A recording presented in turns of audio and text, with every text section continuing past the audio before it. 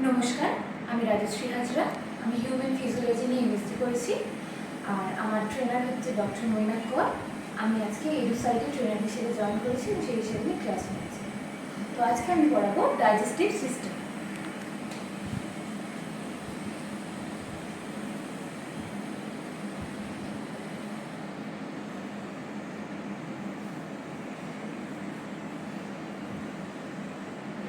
Digestive system এটা আর কিছুই না, এই যে আমরা যে খাবার খাচ্ছি, তাহলে হঠাৎ করে আমরা শক্তি পাচ্ছি কী করে, এটা তো আমাদের ভাবতে হবে। বা আমরা খাবারটাও কেন খাচ্ছি, বা খাবারটা গিয়ে আমাদের শরীরে কীভাবে শক্তি দান করছে, সেটাই এই পুরো সিস্টেমের মাধ্যমে আজকে আমরা জানব। ক্লিয়ার? তো এটা শুরু হচ্ছে কোথায় থেকে বলো তো? এই যে আমি কথা বলছি না, আমার মুখে, অর্থাৎ এটি মুখ থেকে শুরু হচ্ছে। এবং কি হয় না, আমাদের অ্যানাস থেকে আমাদের এই বর্জ্য পদার্থগুলো বাইরে বেরিয়ে যায়।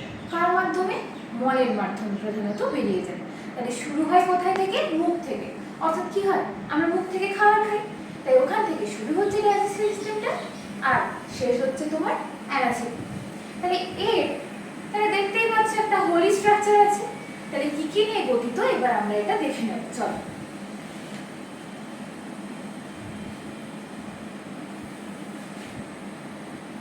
আচ্ছা, ফার্স্টে আমি কোথা থেকে শুরু করলাম? মুখ থেকে। তাহলে এখানে শুরু হচ্ছে কি না, ফার্স্টে তোমার মাউথ। তাহলে মুখ, তাহলে শুধুই কি মুখ? আমাদের মুখটাকে পুরোকে ভেতরটা ফাঁকা? দেখো, নয়তো ফাঁকা। মুখ কিন্তু আমাদের অনেক কিছু নিয়ে তৈরি, তাই আমরা কিন্তু জানি আমরা প্রয়োজনের থেকে বেশি কাউকে কিন্তু আমরা ব্যবহার করে থাকি না। তাই মুখেও যে এইসব উপাদানগুলো আছে, যেমন কি কি আছে বলতো এখানে আরো?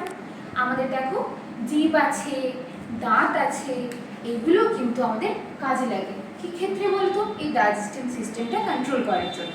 সেগুলো আমরা একে একে পড়ব। তাহলে এই যে মুখটা আছে, মুখকে আবার আমরা অনেক ভাগে ভাগ করতে পারি। যেমন কি কি আছে বলতো? মুখের ভেতর আছে তোমার ওরাল ক্যাভিটি আছে। কি আছে বললাম? তোমার ওরাল ক্যাভিটি আছে। আচ্ছা, আমরা এমনি আগে থেকে জানি ওরাল, ওরাল মানে মুখ, আর ক্যাভিটি মানে কি, এর ভেতর যে গহ্বরটা আছে। তাহলে এটা হলো কি ওরাল ক্যাভিটি। তাহলে আমরা কি করি? ফার্স্টে আমরা খাবারটা মুখের মধ্যে নিলাম। আচ্ছা, নিয়ে কি গিলে ফেলি? না তো, গিলি না। কেন গিলি না? তাহলে তো আমাদের গলায় লেগে যাবে, ভীষণ লেগে যাবে। আমরা ভীষণ খেলে কি হয়, অনেক সময় আমরা মারাও যেতে পারি। তো আমরা কিন্তু খাবারটা খেয়ে কিন্তু আমরা গিলি না। আমরা ফার্স্টে কি করি, খাবারটা আমরা মুখে নিলাম। আচ্ছা, মুখে নিলাম, আমাদের খাবারগুলো কি হয়, বিভিন্ন সাইজের হতে পারে। যেমন কি, তোমরা ভাত খাও, সেটার সাইজ কি হয়, মোটামুটি এতটা এতটা হয়। আবার কি খেতে পারো, রুটি খেতে পারো। রুটি যখন একটুখানি নিয়ে খাও ভাতের থেকে, সেটা সাইজে অনেক বড়। তাহলে ওগুলো যদি আমরা গোটা গোটা গিলতে থাকি, কখনোই এটা কিন্তু আমাদের পসিবল না। আমাদের কিন্তু তার ফলে কি হতে পারে, আমরা কিন্তু ভীষণ খেতে পারি।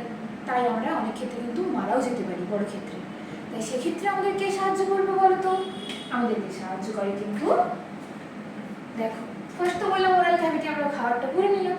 এরপর কি করবে সাহায্য আমাদের? তা হলো টিথ। আমাদের টিথ আছে, তাই তো? এটা জেনে খুশি হবে যে আমাদের কিন্তু আমাদের শরীরের মধ্যে সব থেকে কঠিন পদার্থ কিন্তু এই দাঁতেই আছে। তাহলে এমনি এমনি কি আছে, নিশ্চয়ই কোনো কাজ আছে। কি কাজ আছে বলতে? এই আমাদের খাদ্যটাকে চেবোতে সাহায্য করে। যেমন কি, বাড়িতে হামানদিস্তা দেখেছো, মিক্সি দেখেছো, কি কাজ হয় সেটাতে? দেখবে কোনো একটা মশলা কুটতে সাহায্য করে। এই দাঁতও কিন্তু কি করে বলতো? আমরা যে খাবারটা খেলাম, সেই খাবারটাকে তার সাইজগুলো আরো অনেক ছোট ছোট ছোট ছোট করে দেয়, যাতে পরবর্তীতে কাজ করতে সুবিধা হয়। এই হলো দাঁতের কাজ। আর কি আছে বলতো? এই যে আমি কথা বলছি, কি আছে দেখতে পাচ্ছ? এটা কি বলতো? এটা হলো আমাদের জিভ।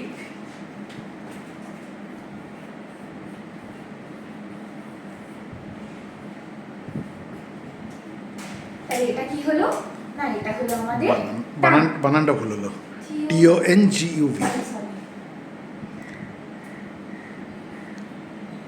টিওএনজিইউই, টিওএন, ওটা এন লিখেছো? টিওএনজিইউই। চলো, তাহলে কি আছে বলতো? এটা আমাদের জিভ। তাহলে এর কি কাজ আছে? নিশ্চয়ই কাজ আছে বলেই আছে, নাহলে কিন্তু থাকতো না। কি করছে? আমরা মাঝে মাঝে কি করি, মিক্সিতে কি একদম যাই মশলা ঢোকাই সুইচ দিয়ে কি বসে থাকি? না, আমরা কি করি, মাঝে মধ্যে কিন্তু মিক্সিটা অফ করলাম, হাতে একটা চামচ রাখি, দিয়ে কি করি, মাঝে মাঝে মশলাটাকে একটু ঘেটে নিই। কেন বলো তো? মিক্সির নিচে দেখবে ব্লেড আছে, যে কাজটা আমাদের মুখের ভিতর কে করছে, দাঁত কাজ করছে, ঠিক আছে? আর তাহলে চামচের কাজটা কি, নিচে যেগুলো হচ্ছে গোটা হয়ে গেল সেগুলোকে উল্টে উপর দিকে নিয়ে চলে এলো, আর যেগুলো এখনো গোটা গোটা আছে সেগুলোকে একটু নিচের দিকে দিয়ে দিল। তাহলে টাঙের কাজটা কি বলতো? টাঙের কাজটা একদম সেম। টাঙের কাজটা তাহলে কি হলো না, টাঙও কি করলো, খালের মাঝে মাঝে দেখবে আমরা একটু করে থেমে যাই। টাং সেই সময় কি করে, যে খালগুলো চেপানো হয়ে গেছে সেগুলোকে দূরে নিয়ে চলে এলো, আর যে খালগুলো এখনো গোটা গোটা বড় বড় আছে সেইগুলোকেও দাঁতের কাছে নিয়ে চলে যায়। তাহলে এবার বুঝতে পারলে একদম ক্লিয়ারলি দাঁতের আর জিভের কাজ। আমরা আরো ডিটেলসে পড়বো দাঁত জিভের সম্বন্ধে, এখন মোটামুটি তোমরা বুঝে নাও ব্যাপারগুলো। তাহলে এই গেল আমার মুখের মোটামুটি কাজ। মুখ থেকে এবার খাবারটা কোথায় চলে যায় বলো তো? পাকস্থলীতে চলে যায়। আমরা নাম শুনেছি পাকস্থলী, তাই তো? কিন্তু রাস্তা দরকার, তাই না? আমরা ধরো একটা বাসে করে তো নিশ্চয়ই এক জায়গা থেকে অন্য জায়গায় যাই, তাহলে আমরা যেতে পারবো না রাস্তা যদি ঠিকঠাক না থাকে। আমরা যদি রাস্তা না ঠিকঠাক থাকে আমরা কিন্তু ঠিকঠাক জায়গায় পৌঁছতে পারি না। তাই এই মুখ থেকেও কিন্তু আমাদের কি থাকে বলো তো? তোমাদের ফ্যারিংস থাকে। আর কি আছে? ফ্যারিংসের পর আছে তোমার ইসোফেগাস। এই দুটো রাস্তা হয়ে কিন্তু আমাদের স্টমাকে গিয়ে পৌঁছবে। আচ্ছা, আমরা এই অবধি পড়লাম। এবার আমরা একটু কিন্তু এই ডিটেলস গুলো একটু জেনে নেব। এই ওরাল ক্যাভিটি, টিথ, টাং, এগুলোর একটু ডিটেলস জেনে নিচ্ছে, ঠিক আছে? এই যে ওরাল ক্যাভিটি আছে, এতে কি কি আছে বলো তো? আচ্ছা, আমাদের দেখতে পাচ্ছ এখন আমি কি করে আছি, মুখ বন্ধ করে আছি। তাহলে দেখো যে মাউথ বলছি, এই পোরশনটা বলছি মেইনলি। তাহলে দেখো শুরু হচ্ছে কি থেকে, আমার লিপস থেকে। তাহলে ওরাল ক্যাভিটি কিন্তু একদম এই ওরাল যেটা বলেছিলাম মাউথ, তাহলে কি কি নিয়ে গঠিত বললাম? ফার্স্টে আমি কি দেখতে পাচ্ছি, আমার লিপস, লিপস আছে। তারপর কি আছে বলতো? ভেস্টিবিউল আছে। এরপর কি আছে বলতো? এখানে ভেস্টিবিউলের পর আমাদের প্যালেট আছে। আমাদের জিভ দিয়ে দেখো উপর দিকে টাচ করো, দেখো শক্ত মতো লাগছে না? ছাদ। আচ্ছা, আমাদের ছাদ কি হয়? শক্ত হয় তো নাকি না নরম হয়? যদি নরম হয় আমাদের তাহলে কিন্তু ঘরটা ভালো থাকবে না। তেমন আমাদের প্যালেটটাও দেখো শক্ত। কেন বলতো? আমরা খাবারটা কি করি, যখন খেলাম প্রথম দিকে দেখো বেশি শক্ত, যত পেছন দিকে যাচ্ছে জিভটা আস্তে আস্তে বুলিয়ে বুলিয়ে পেছনের দিকে যাও, সেদিকটা কিন্তু আস্তে আস্তে কি হয়ে যাচ্ছে, নরম হয়ে যাচ্ছে। কেন বলতো? কারণ যখন খেলাম খাওয়াটা গোটা গোটা থাকছে, এটা আমাদের মুখের ক্ষতি হতে পারে, এই জন্য প্যালেটটা শক্ত আছে। এরপর কি হচ্ছে, আস্তে আস্তে আমাদের খাবারটা, তাহলে আমি কি বললাম, আমাদের কিন্তু প্যালেটও এখানে আছে। তারপর কি বললাম, প্যালেটের পেছন দিকটা কিন্তু আমাদের কি আছে না, আমাদের প্যালেটের পেছন দিকটা কিন্তু আস্তে আস্তে নরম হচ্ছে। এই গেল তাহলে আমাদের মুখবন্ধ। মানে হার্ড প্যালেট আর soft palate. Soft palate, hard প্যালেটটা আছে সামনের দিকে আর সফট প্যালেটটা আছে পেছন দিকে। ওকে, সো এরপর আমরা কি পড়বো, আমাদের টিথ নিয়ে পড়বো। আমাদের কি হয় ছোটবেলায়, আবার কি হয় 5-7 বছরের মধ্যে ভেঙে দেয় না দাঁতগুলো, কেউ যেন নিয়ে চলে যায় বাড়ির লোক বলে, দিয়ে আবার আমাদের নতুন নতুন দাঁত বেরোয়। কিন্তু একটা জিনিস ভালো করে লক্ষ্য করবে, ছোটবেলা কি আমাদের সব দাঁত ছিল? এখন যতগুলো দাঁত আছে, এবার জিভ বুলিয়ে দেখো তো, এখন আমাদের কতগুলো দাঁত আছে বলো তো? 32। কতগুলো বললাম? 32। যে 32 কিন্তু মানে একবারে নেই, আমাদের যে দুটো আছে দেখো যে ওপরেও আছে আর নিচেও আছে দাঁত, মিলিয়ে 32 আছে। তাহলে কত হয় যদি আমরা 2 দিয়ে ভাগ করি? তাহলে কি হচ্ছে দেখো, 32 ডিভাইডেড বাই 2, তাহলে ইকুয়ালস টু কত হচ্ছে আমার? 16 হচ্ছে। তাহলে আমাদের একটা মাড়িতে 16টা আছে আর নিচের মাড়িতে 16টা আছে। আচ্ছা, আমরা কি আরো ভাগ করতে পারি না? আরো ভাগ করতে পারি। মজার জিনিস কি জানো, আমরা যেমন আমাদেরকে আমরা কি করতে পারি, ওরাল ভাবে ভাগ করতে পারি, আমাদের দাঁতগুলোকেও কিন্তু করতে পারি ওরাল ভাবে। কিভাবে করি বলতো? এই যে দেখো, সবাই দেখো, এই যে একদম দেখো মাছ বরাবর আছে, দেখেছো? এটার নাম কি জানো? ইনসাইজার। অনেকে বলি না কোদালের মতো না, সামনেরটা বড় হয়ে গেছে, তো সেটার নাম কি? ইনসাইজার। তাহলে কি বললাম? ইনসাইজার। এরপর কি হয়, আচ্ছা আমরা যারা খুব মাংস খাই, যেমন কি কি কি প্রাণী আছে, বাঘ, সিংহ, এদের দেখবে একটা দাঁত পুরো বেরিয়ে থাকে। আচ্ছা, আমরাও তো আগে কি ছিলাম, কাঁচা মাংস খেতাম, কিন্তু এখন কালের নিয়মে কি, এখন আমরা এখন রান্না করে সুসিদ্ধ খাই, কিন্তু তবুও কি আমাদের দাঁতটা হারিয়ে যাবে? কালের নিয়মে আছে, কিন্তু কিছুটা পরিবর্তন হয়ে রয়ে গেছে। দেখো এই দাঁতটা, একটু হলেও কিন্তু তার থেকে ধারালো আছে, কিন্তু বাঘের মতো এরকম বেরিয়ে নেই অতটা বড় হয়ে। এর নাম কি? এর নাম হলো ক্যানাইন। কি নাম বললাম? ক্যানাইন। এরপর কি আছে? এরপর আছে তোমার প্রিমোলার। কি বলি, মূলের মতো দাঁত বলি না, হাতির যেরকম বড় বড় মোটা মোটা আছে, দেখো আমাদেরও কিন্তু মোটা মোটা দাঁত আছে যত পেছনের দিকে যাচ্ছে। তো তার নাম কি হলো? প্রিমোলার। কি বললাম? প্রিমোলার। আর লাস্ট ওয়ান কি আছে? লাস্ট ওয়ান আছে একদম শেষে। তাহলে শেষে কি আছে? না শেষে আছে আমার মোলার। মানে শুরুর দিকে এটা কাটতে কাটতে কাজে লাগছে, কাটতে কাজে লাগছে, তারপরে ক্যানাইন ছিঁড়তে কাজে লাগছে, কিন্তু ক্যানাইন তারপরটা গ্রাইন্ডিং এ সুবিধা হচ্ছে। তারপরটা হচ্ছে চেবোতে প্রধানত গ্রাইন্ডিং, ইয়েস, গ্রাইন্ড করতে সুবিধা হচ্ছে। যত পেছন দিকে যাব তত মোটা হবে, গ্রাইন্ড করতে তত সুবিধা হবে। হ্যাঁ। তাহলে কি হলো?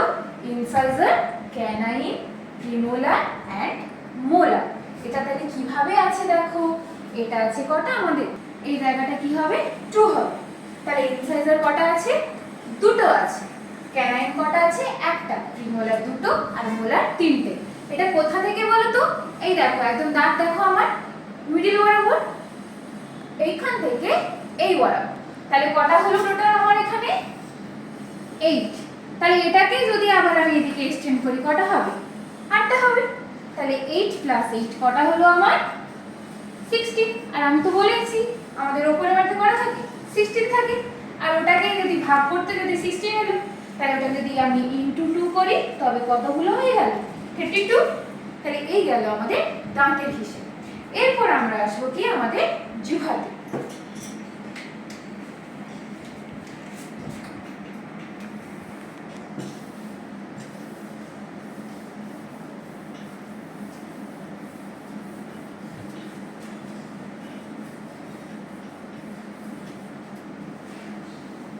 তাহলে এরপর আমরা কি নিয়ে পড়বো? না আমাদের টাং।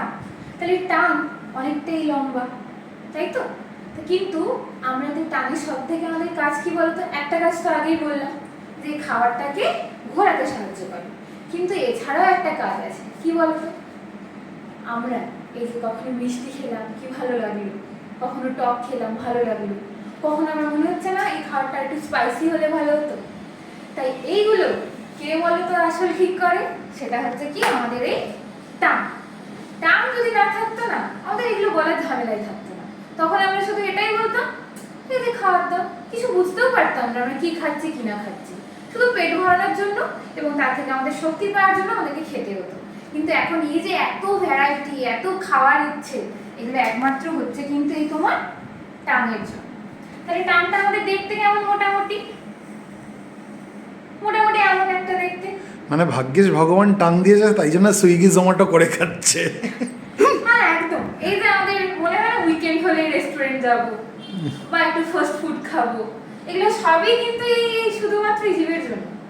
শরীরের কোথাও টেস্ট বোঝে না আমাদের। ওই জন্যই বললাম যে জোম্যাটো আর সুইগি এই জন্যই করে খাচ্ছে। চলো এগো, ভালো বলছো, এগো। তাহলে দেখো জীবের এই অংশটা আছে। তাহলে কি হয়? সব ক্ষেত্রে আমি কি বলি? আগে মিষ্টি খাও, ভালো কাজ হলে, শুভ কাজ হলে। তাই জীবও কিন্তু আলাদা নয়। জীবেরও প্রথমে কি আছে বলতো? সুইটনেস আছে।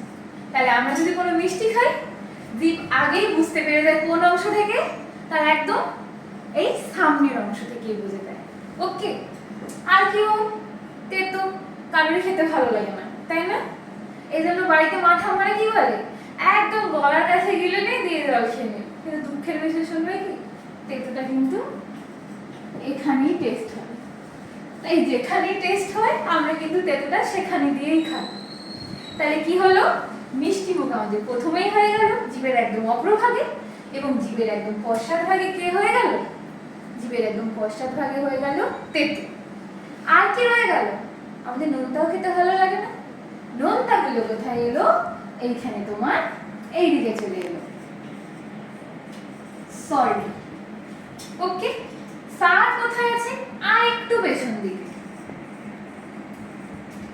তো তোমরা বলবে সব থেকে তো একটা ভালো জিনিস ছেড়ে গেলাম, ঝাল, তাই না? কিন্তু এটা জানো কি? ঝাল কিন্তু কোনো আমাদের টেস্ট না।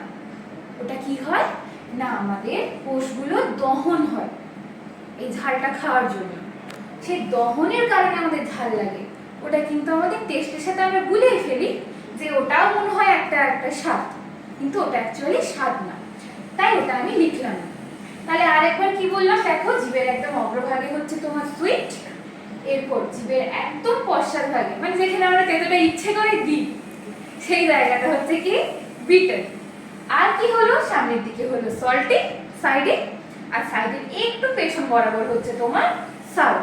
তাহলে এই গেল আমাদের জিভের টেস্টের ভাগ। আর আগে তো বলেইছি যে জিভ আমাদের ওই খাদ্য করতে সাহায্য করে, সেটা আর বলছি না, মনে রাখবে কিন্তু ওটাও একটা ইম্পর্টেন্ট ফাংশন। তাহলে এই গেল আমাদের জিভের কাজ। আর দাঁত তো বলেই দিয়েছি। তাহলে এরপর আমরা পরবর্তী ট্র্যাকে যাই। তাহলে প্রথম ট্র্যাক আমি কমপ্লিট করলাম, সেটা হলো কি মাউথ। এরপর আমরা কি করব, নেক্সট হচ্ছে তোমার ফ্যারিংস করব। তাহলে ফ্যারিংস কোথায় আছে, একদম এই জায়গাটায়, ওই জায়গাটাই হচ্ছে কি ফ্যারিংস। ফ্যারিংসের কিন্তু তিনটে পার্ট আছে। কি বললাম বলো, ফ্যারিংসের তিনটে পার্ট আছে। কি কি আছে, 3 টাইপস আছে। ফ্যারিংসটা পুরোটা লিখে নাও, PHARYNX, সুবিধা হবে যারা এটা দেখবে তাদের, PHARYNX। তাহলে কি হলো ফ্যারিংস। তাহলে ফ্যারিংসের কটা ভাগ বললাম আমি, তিনটে ভাগ বললাম। তাহলে কি হলো না, আমাদের দেখো মুখ যদি দেখো সামনে থেকে, তাহলে একদম উপরে কি আছে, মাউথের উপরে নোজ আছে।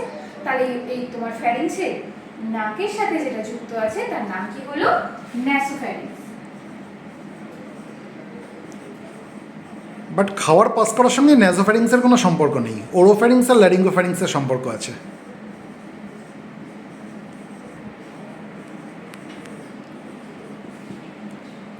হ্যাঁ, এখন যদি নাক দিয়ে কিছু ঢুকিয়ে দেওয়া হয় তাহলে অন্য জিনিস। তাহলে এটা কি হলো LARYNGO, RY ল্যারিঙ্গোফ্যারিংসের, LARY, আই হবে না, ওয়াই। তাহলে কি হলো, এই তিনটে পার্ট হলো।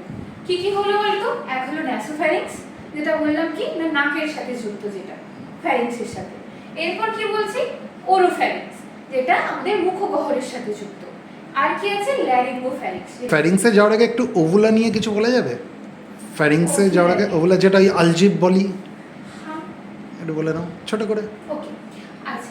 তো এই যে আমরা জিভ দেখলাম না, আমরা বলি না এটা আলজিভ আছে, ছোট জিভ, জিভের ছোট জিভ, সেটা কোথায় আছে বলতো, আমরা যদি বড় করে হাঁ খুলি না, দেখবে এই জায়গাতে একটা ছোট্ট মতো মাসেল আছে একদম জিভের পেছনে। যেমন করতে বলে ডাক্তারবাবু, হ্যাঁ, যখন আমরা জিভটাকে পুরো বের করে নিই তখন দেখবে একটা আমাদের ওইখানে একটা ছোট্ট মাংসের মতো অংশ আছে, তার নাম কি ওভুলা।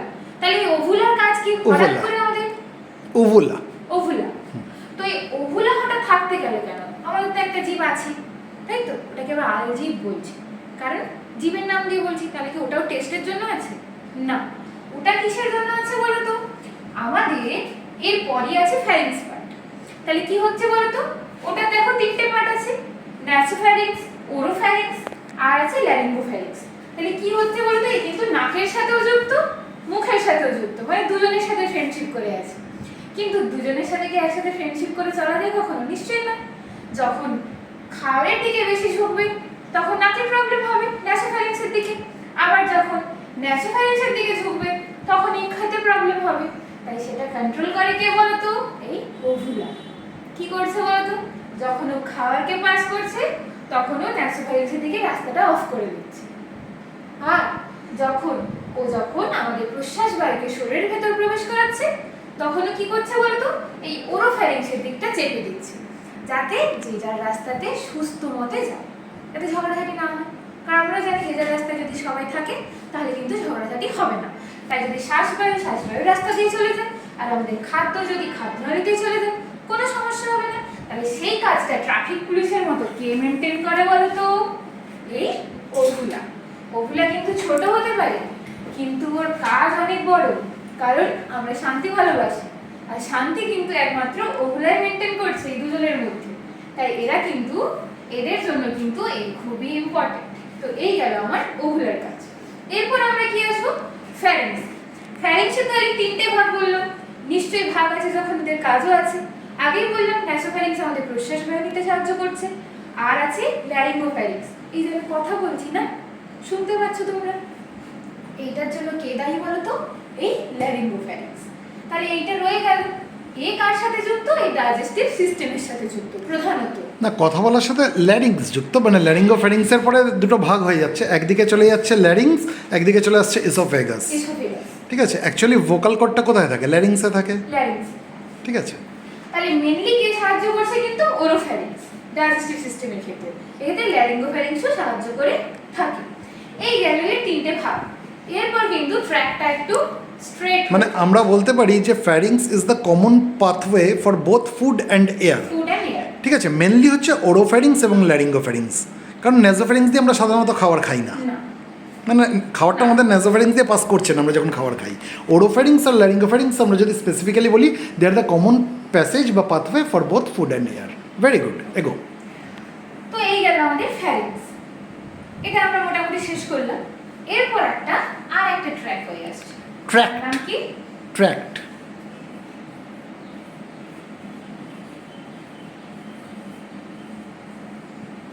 আর একটা ট্র্যাক্টে, তার নাম কি হলো? ইসোফেগাস। আচ্ছা, আমরা এতক্ষণ অনেক ভাগদার পড়ে নিলাম না? এই জন্য টায়ার্ড হয়ে গেছে। এ বলছে না, আমার এত রাস্তার দরকার নেই। এর তাহলে কোনো ভাগ নেই। এ একটা লম্বা পাইপের ন্যায় দেখতে, আর কিছুই নেই এদের ভাগ। এর আগে আমরা মুখবিবরে অনেক কিছুই পড়লাম, ফ্যারিংসেরও তিনটে ভাগ পড়লাম। এই জন্য টায়ার্ড হয়ে গেছে। এই জন্য বললো কি, আমি সোজা রাস্তায় যেতে চাই। তাহলে এর কাজ কি? এর কাজ কিন্তু ভেবো না যে সোজা বলে খুব একটা কঠিন। হয়তো কাজটা সাধারণ, কিন্তু খুব প্রয়োজনীয়। কি কাজ বলো তো? আমরা এই মুখে যেটা চর্বণ করলাম, যে খাদ্যটা, সেটাকে কি করতে হয়? আমরা আগেই বলেছি রাস্তা দরকার। সেই সুঠাম একটি রাস্তা দেয় কে? এই ইসোফেগাস। ইসোফেগাস কোথায় পৌঁছে দিল আমাদের এই খাবারটাকে? আমাদের কোথায় পৌঁছে দিল? পাকস্থলীতে পৌঁছে দিল। বিভৎস একটা পাকস্থলী আগলে। তো কোথায় পৌঁছে দিল? পাকস্থলীতে। তাহলে ইসোফেগাসের কাজ কি? কি হলো কাজটা? না, খাদ্যটাকে পাকস্থলীতে শুধু পৌঁছে দেওয়াই এর কাজ। দেখো, সোজা আছে, তাই এর মধ্যে থেকে ইজিলি খাদ্য আসতে পারবে। এর মধ্যে কিন্তু আরো একটা জিনিস ঘটে। কি বলতো? পেরিস্টালসিস। প্রক্রিয়াটা কি বলতো? আমরা রকেট বেলুন দেখেছি, তাই তো? কি হয়? লম্বা মতো একটা হয় রকেট বেলুনটা। সেটা আমরা কি করতে পারি? দেখো, স্ট্রেট হলে খাওয়াটা একটু স্লোতে যাবে। কিন্তু আমরা যদি একটা প্রক্রিয়া করি, দেখো এই জিনিসটা এমন এমন যদি করি জিনিসটা, তাহলে কি হচ্ছে একটু ভালো করে লক্ষ্য করো। ফার্স্টে দেখো, খাবারটা এখানে এলো তো, তারপর এখানে যেতে হবে। যদি আমি এই জায়গাটা যদি চেপে দিই, আস্তে আস্তে যদি এই জায়গাটা আমি যদি চাপতে থাকি, তখন কি হবে? খাবারটা দ্রুত নিচের দিকে নামতে থাকবে না? এই প্রক্রিয়াটার নামটাই কি হলো? পেরিস্টালসিস। তাহলে কি হবে? আমি যদি একটু লাফিয়ে লাফিয়ে যাই, খুব ইজিলি পৌঁছাতে পারবো তাড়াতাড়ি। তার জায়গায় আমি যদি হাঁটতে হাঁটতে যাই, অনেক লেটে পৌঁছাবো। তাই এই পেরিস্টালসিস প্রক্রিয়াটা হচ্ছে লাফিয়ে লাফিয়ে খাবারকে কোথায় পাঠানো? এই পাকস্থলীতে পাঠানো। তাহলে এটাই হলো কার কাজ? না, যদি পেরিস্টালসিস যদি নাই থাকতো, খাওয়াটা তো এমনিও নামতে পারতো because of the gravitational pool of the earth. তাহলে পেরিস্টালসিসের কি প্রয়োজন? কিন্তু সেটা অনেকটা লেটে হতো না? কেন? গ্র্যাভিটেশনাল পুলের জন্য খাওয়ার নিচের দিকে গ্র্যাভিটেশন আছে, কিন্তু আমি যদি আরো একটু সাহায্য করি। ব্যাপারটা সেটা না, আমি যদি শুয়ে থাকি তাহলে আমার খাওয়ারটা কি করে এগোবে? মানে খাওয়াটা যদি সুপাইন উঠে থাকলে তখন প্রবলেম হয়, তাই না? মানে if it is because only of the gravitational pool of the earth, আমি যদি শুয়ে থাকি তাহলে তখনও তো আমার খাওয়ারটা এগোয় সামনের দিকে। কিসের জন্য? Because of the peristalsis. বোঝাতে পারলাম? মানে অল্টারনেট একটা কন্ট্রাকশন রিল্যাক্সেশন, একটা ওয়েভের মতো একটা ধাক্কা মেরে মেরে খাওয়ারটাকে আগের দিকে এগোচ্ছে। মানে ওই একটা সাপ যদি একটা ব্যাংকে গিলে ফেলে, আমরা ইউটিউবের ভিডিও দেখি না, জিনিসটা যেমন করে এগোয়, ওই রকম উদাহরণগুলো তোমায় দিতে হবে। ভালো বলছো, এগো, ভেরি গুড। তাহলে এরপর কি হলো? পাকস্থলী, যেটা আমরা না, পাকস্থলীতে আসার আগে ইসোফেগাসের আরেকটা দুটো পার্ট তুমি বলে নেবে। সেটা হচ্ছে যে এখানে মানে আমরা স্প্লিংটার দেখতে পাই, আপার ইসোফেজিয়াল স্প্লিংটার এবং লোয়ার ইসোফেজিয়াল স্প্লিংটার। স্প্লিংটারগুলোর কাজ কি? ভালভের মতো কাজ করে। They maintain one way flow. যখন খাবারটা আসছে, স্প্লিংটারটা খুলে যাচ্ছে, খাবারটাকে নিচের দিকে এগিয়ে দিল, আবার স্প্লিংটারটা বন্ধ হয়ে গেল। ইসোফেগাসের ওপর দিকে যে স্প্লিংটারটা রয়েছে ওটাকে বলে ইউইএস, অর্থাৎ আপার ইসোফেজিয়াল স্প্লিংটার। লিখে রাখো, ইউইএস, আপার ইসোফেজিয়াল স্প্লিংটার। মানে খাওয়াটা যখন ইসোফেগাসে ঢুকবে, আপার ইসোফেজিয়াল স্প্লিংটার কী করবে? খুলে যাবে, যাতে বোলাস্টার নামতে পারেনি ইসোফেগাসের মধ্যে। যেই খাবারটা ইসোফেগাসের মধ্যে চলে আসলো, আপার ইসোফেজিয়াল স্প্লিংটার আবার বন্ধ হয়ে গেল। ঠিক আছে? ঠিক একইভাবে ইসোফেগাসের নিচের দিকে, মানে স্টমাকে ঢোকার আগের মুহূর্তে, ওখানে একটা স্প্লিংটার থাকে যেটা বলে LES, লোয়ার ইসোফেজিয়াল স্প্লিংটার। ঠিক ঠিক আছে, এর কাজ কি? ঠিক একই কাজ। এবার যখন খাবারটা ইসোফেগাস থেকে স্টমাকে ঢুকবে তখন লোয়ার ইসোফেজিয়াল স্প্লিংটার খুলে যাবে। ঠিক আছে, যেই খাবারটা স্টমাকে চলে আসলো আবার ইসোফেগাসে যাতে ব্যাকফ্লো না হতে পারে। ঠিক আছে, এই জিনিসটাকে দেখে হচ্ছে স্প্লিংটার। ঠিক আছে, এটাকে বলে রিফ্লাক্স। এই যে পেছন দিকে যে ব্যাকফ্লো হওয়া এটাকে বলে রিফ্লাক্স। এই রিফ্লাক্সটাকে প্রিভেন্ট করে। আচ্ছা, ইসোফেগাসের বানান OESO PHAGUS, আর এখানে আমি যখন লিখছি LESUES কেন? তার কারণ হচ্ছে ইসোফেগাস OESO PHAGUS হয়, ওটা বাদ দিয়ে দিয়েও শুরু হতে পারে, ESO PHAGUS দুটোই ঠিক। ঠিক আছে, চলো এগো। তো এই হলো আমার ইসোফেগাসের কাজ। তাহলে দেখলি এটা সাধারণ হলেও কিন্তু এর কাজটা অনেকটাই বেশি। এরপর কি হলো, সেই আমাদের পাকস্থলী। আমরা তো এগুলোর আগে নামও শুনি, এই ইসোফেগাস, ফ্যারিংস নাম জানতাম না, শুধু জানতাম কি মুখ দিয়ে খাওয়ার কাছে পাকস্থলীতে চলে যাচ্ছে, তাই তো? তাহলে সেই এবার আমরা একটা ডেজার্ট জিনিসটা করবো, কি পাকস্থলী। তো পাকস্থলী দেখতে সেটা পোডলার মতো না? আর দেখো এর ওপর দিকটাও সরু আর নিচের দিকটাও ক্রমশ সরু হয়ে গেছে, তাই না? তাহলে এইটা একদম ফার্স্ট পার্টটাকে কি বলা হয়? কার্ডিও পার্ট বলা হয়, পাকস্থলী। আর মাঝের পার্টটাকে কি বলা হয়? ফান্ডাস বলা হয়। উপরেরটা কার্ডিয়া। তাহলে উপরটা কি বলা হয়? CARDIA লেখো। কার্ডিয়া বলা হয়। কার্ডিয়া। এই কারণের জন্য না এই লোয়ার ইসোফেজিয়াল স্প্লিংটারের আরেকটা নাম হচ্ছে কার্ডিয়াক স্প্লিংটার। মানে it is nowhere related to heart. আমরা কার্ডিয়াক মানে কি বুঝি? It is related to heart, কিন্তু অনেকে এটা ভুল ভাবে যে লোয়ার ইসোফেজিয়াল স্প্লিংটার মানে বোধহয় এটা হার্টের সঙ্গে কোনো সম্পর্ক না। যেহেতু এটা কার্ডিয়া রিজিয়নের কাছাকাছি রয়েছে তাই লোয়ার ইসোফেজিয়াল স্প্লিংটারের আরেকটা নাম কি? কার্ডিয়াক স্প্লিংটার। ঠিক আছে, আর শুরু হয়ে গেছে, তাই এটার নাম কি? Pyloric region. তাহলে কি বললাম? Pyloric region. এই জায়গাটাতেও কিন্তু একটা স্ফিংটার থাকে, এটাকে কি বলা হয়? Pyloric sphincter. তাহলে কি হলো, এখানে হলো তোমার কার্ডিয়াক স্ফিংটার হলো পাকস্থলীর একদম উপরে, আর নিচের দিকে স্ফিংটারটার নাম কি হলো? Pyloric sphincter. তাহলে এখানে এসে খাদ্যটা জমা হলো। তাহলে এবার তো একটু কাজ করতে হবে নাকি? এতক্ষণ তো শুধু খাওয়ারটা এলো, তাই না? তাহলে কি হলো, খাওয়ার যে এলো, এবার একটা কথা বলে, আখের মেশিন দেখেছো? কি হয় বলো তো আখের ওখানে মেশিনে? আখগুলোকে ছাড়িয়ে এটা পেশাই করা হয়, দিয়ে কি করা হয়? ওটা দেখবে ছিবড়াটা আস্তে আস্তে করে ফেলে দেওয়া হয়, বারবার ওকে ঘুরিয়ে, আর আমরা রসটাই মিলিয়ে আমরা খেয়ে থাকি। এই পাকস্থলীরও কাজ কিন্তু তেমন।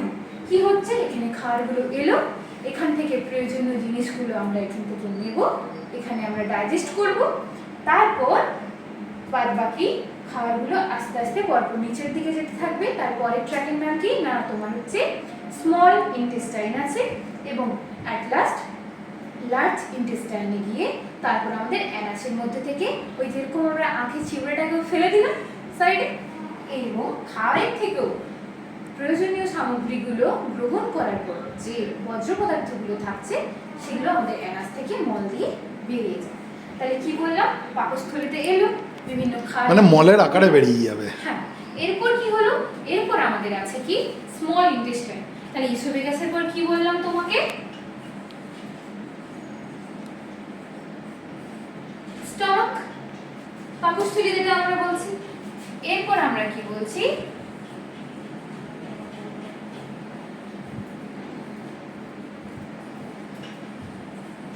Small intestine.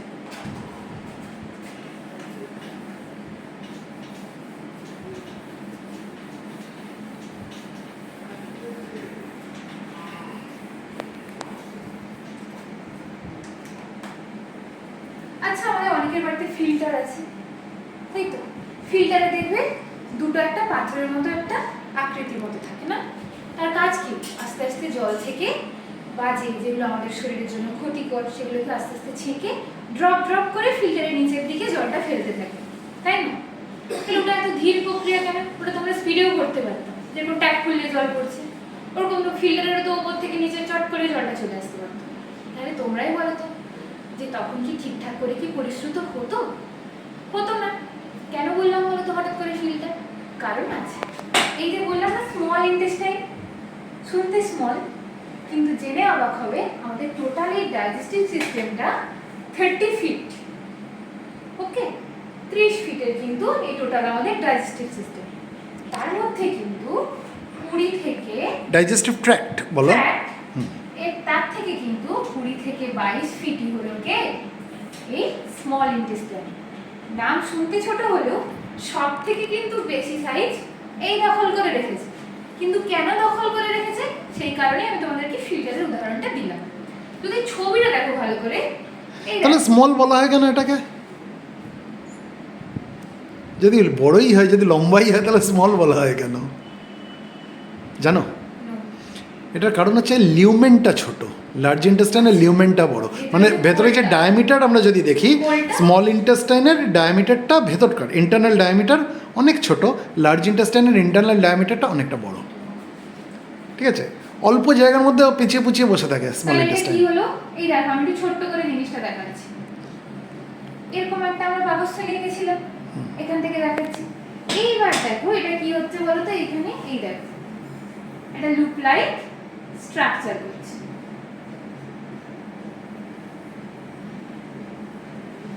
এভাবে এটা স্ট্রাকচার করেছে, দেখে বুঝতেই পারছো এখানে অনেকগুলো পেঁচিয়ে পেঁচিয়ে আছে। যেরকম আমরা সেই টেপা পেনগুলো হয় না, তার ভেতর স্পিনটা খুলে দেখবে এইটুকু জায়গার মধ্যে সেটা যদি লম্বা করো তেমনি অনেক বড় তার হয়ে গেছে। হ্যাঁ, আগেকার দিনের টেলিফোনের তার, আগেকার দিনের টেলিফোনের তার তারও দেখবে পেঁচিয়ে পেঁচিয়ে এইটুকুর মধ্যে থাকে। কিন্তু যখন টেলিফোনটা সোজা হয়ে আমরা দাঁড়াই দেখবে আমাদের কানে চলে আসে ইজিলি। কি করে আসে বলো তো? কারণ তারটা দেখবে পেঁচিয়ে পেঁচিয়ে থাকে বলে, তাই সোজা করলে এটা বড়। স্মল ইন্টেস্টাইনে কিন্তু তেমন কি হচ্ছে বলো তো, না এখানে এরকম এভাবে পেঁচিয়ে পেঁচিয়ে আছে, দেখতেই পাচ্ছ। তাহলে কি হচ্ছে, এই জন্য একে কি বলা হচ্ছে, না সরি, এই জন্য এর মধ্যে কত ফিট বললাম, 20 থেকে 22 ফিট তুমি জায়গা নিয়ে রেখেছে টোটাল ডাইজেস্টিভ ট্র্যাক্টের মধ্যে।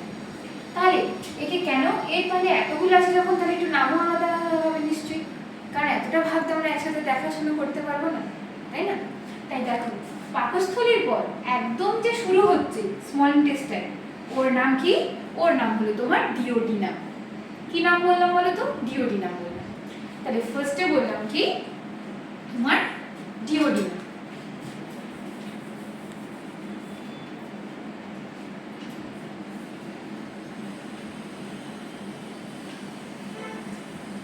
ডিইউ, হ্যাঁ লেখো ডিইউ ডিই এনইউএম। তাহলে ফার্স্টে কি বললাম? ডিওডিনাম। এটা তাহলে শুরু হচ্ছে কোথা থেকে? না পাকস্থলীর পর থেকে। ওটা কিছুটা এলো, তারপর কে আসছে এরপর? জেজুনাম। কি এলো এরপর? জেজুনাম। আর একদম লাস্টের পার্টে কে আছে? ইলিয়াম। তাহলে কি কি হলো? ডিওডিনাম, জেজুনাম আর আইএলইউএম, আইএলইউএম। লাস্টের পার্ট কি হলো? না ইলিয়াম। একটু স্পেলিংগুলো দেখে নিও। ওকে, তো ফার্স্ট কি হলো? ফার্স্ট হলো তোমার ডিওডিনাম।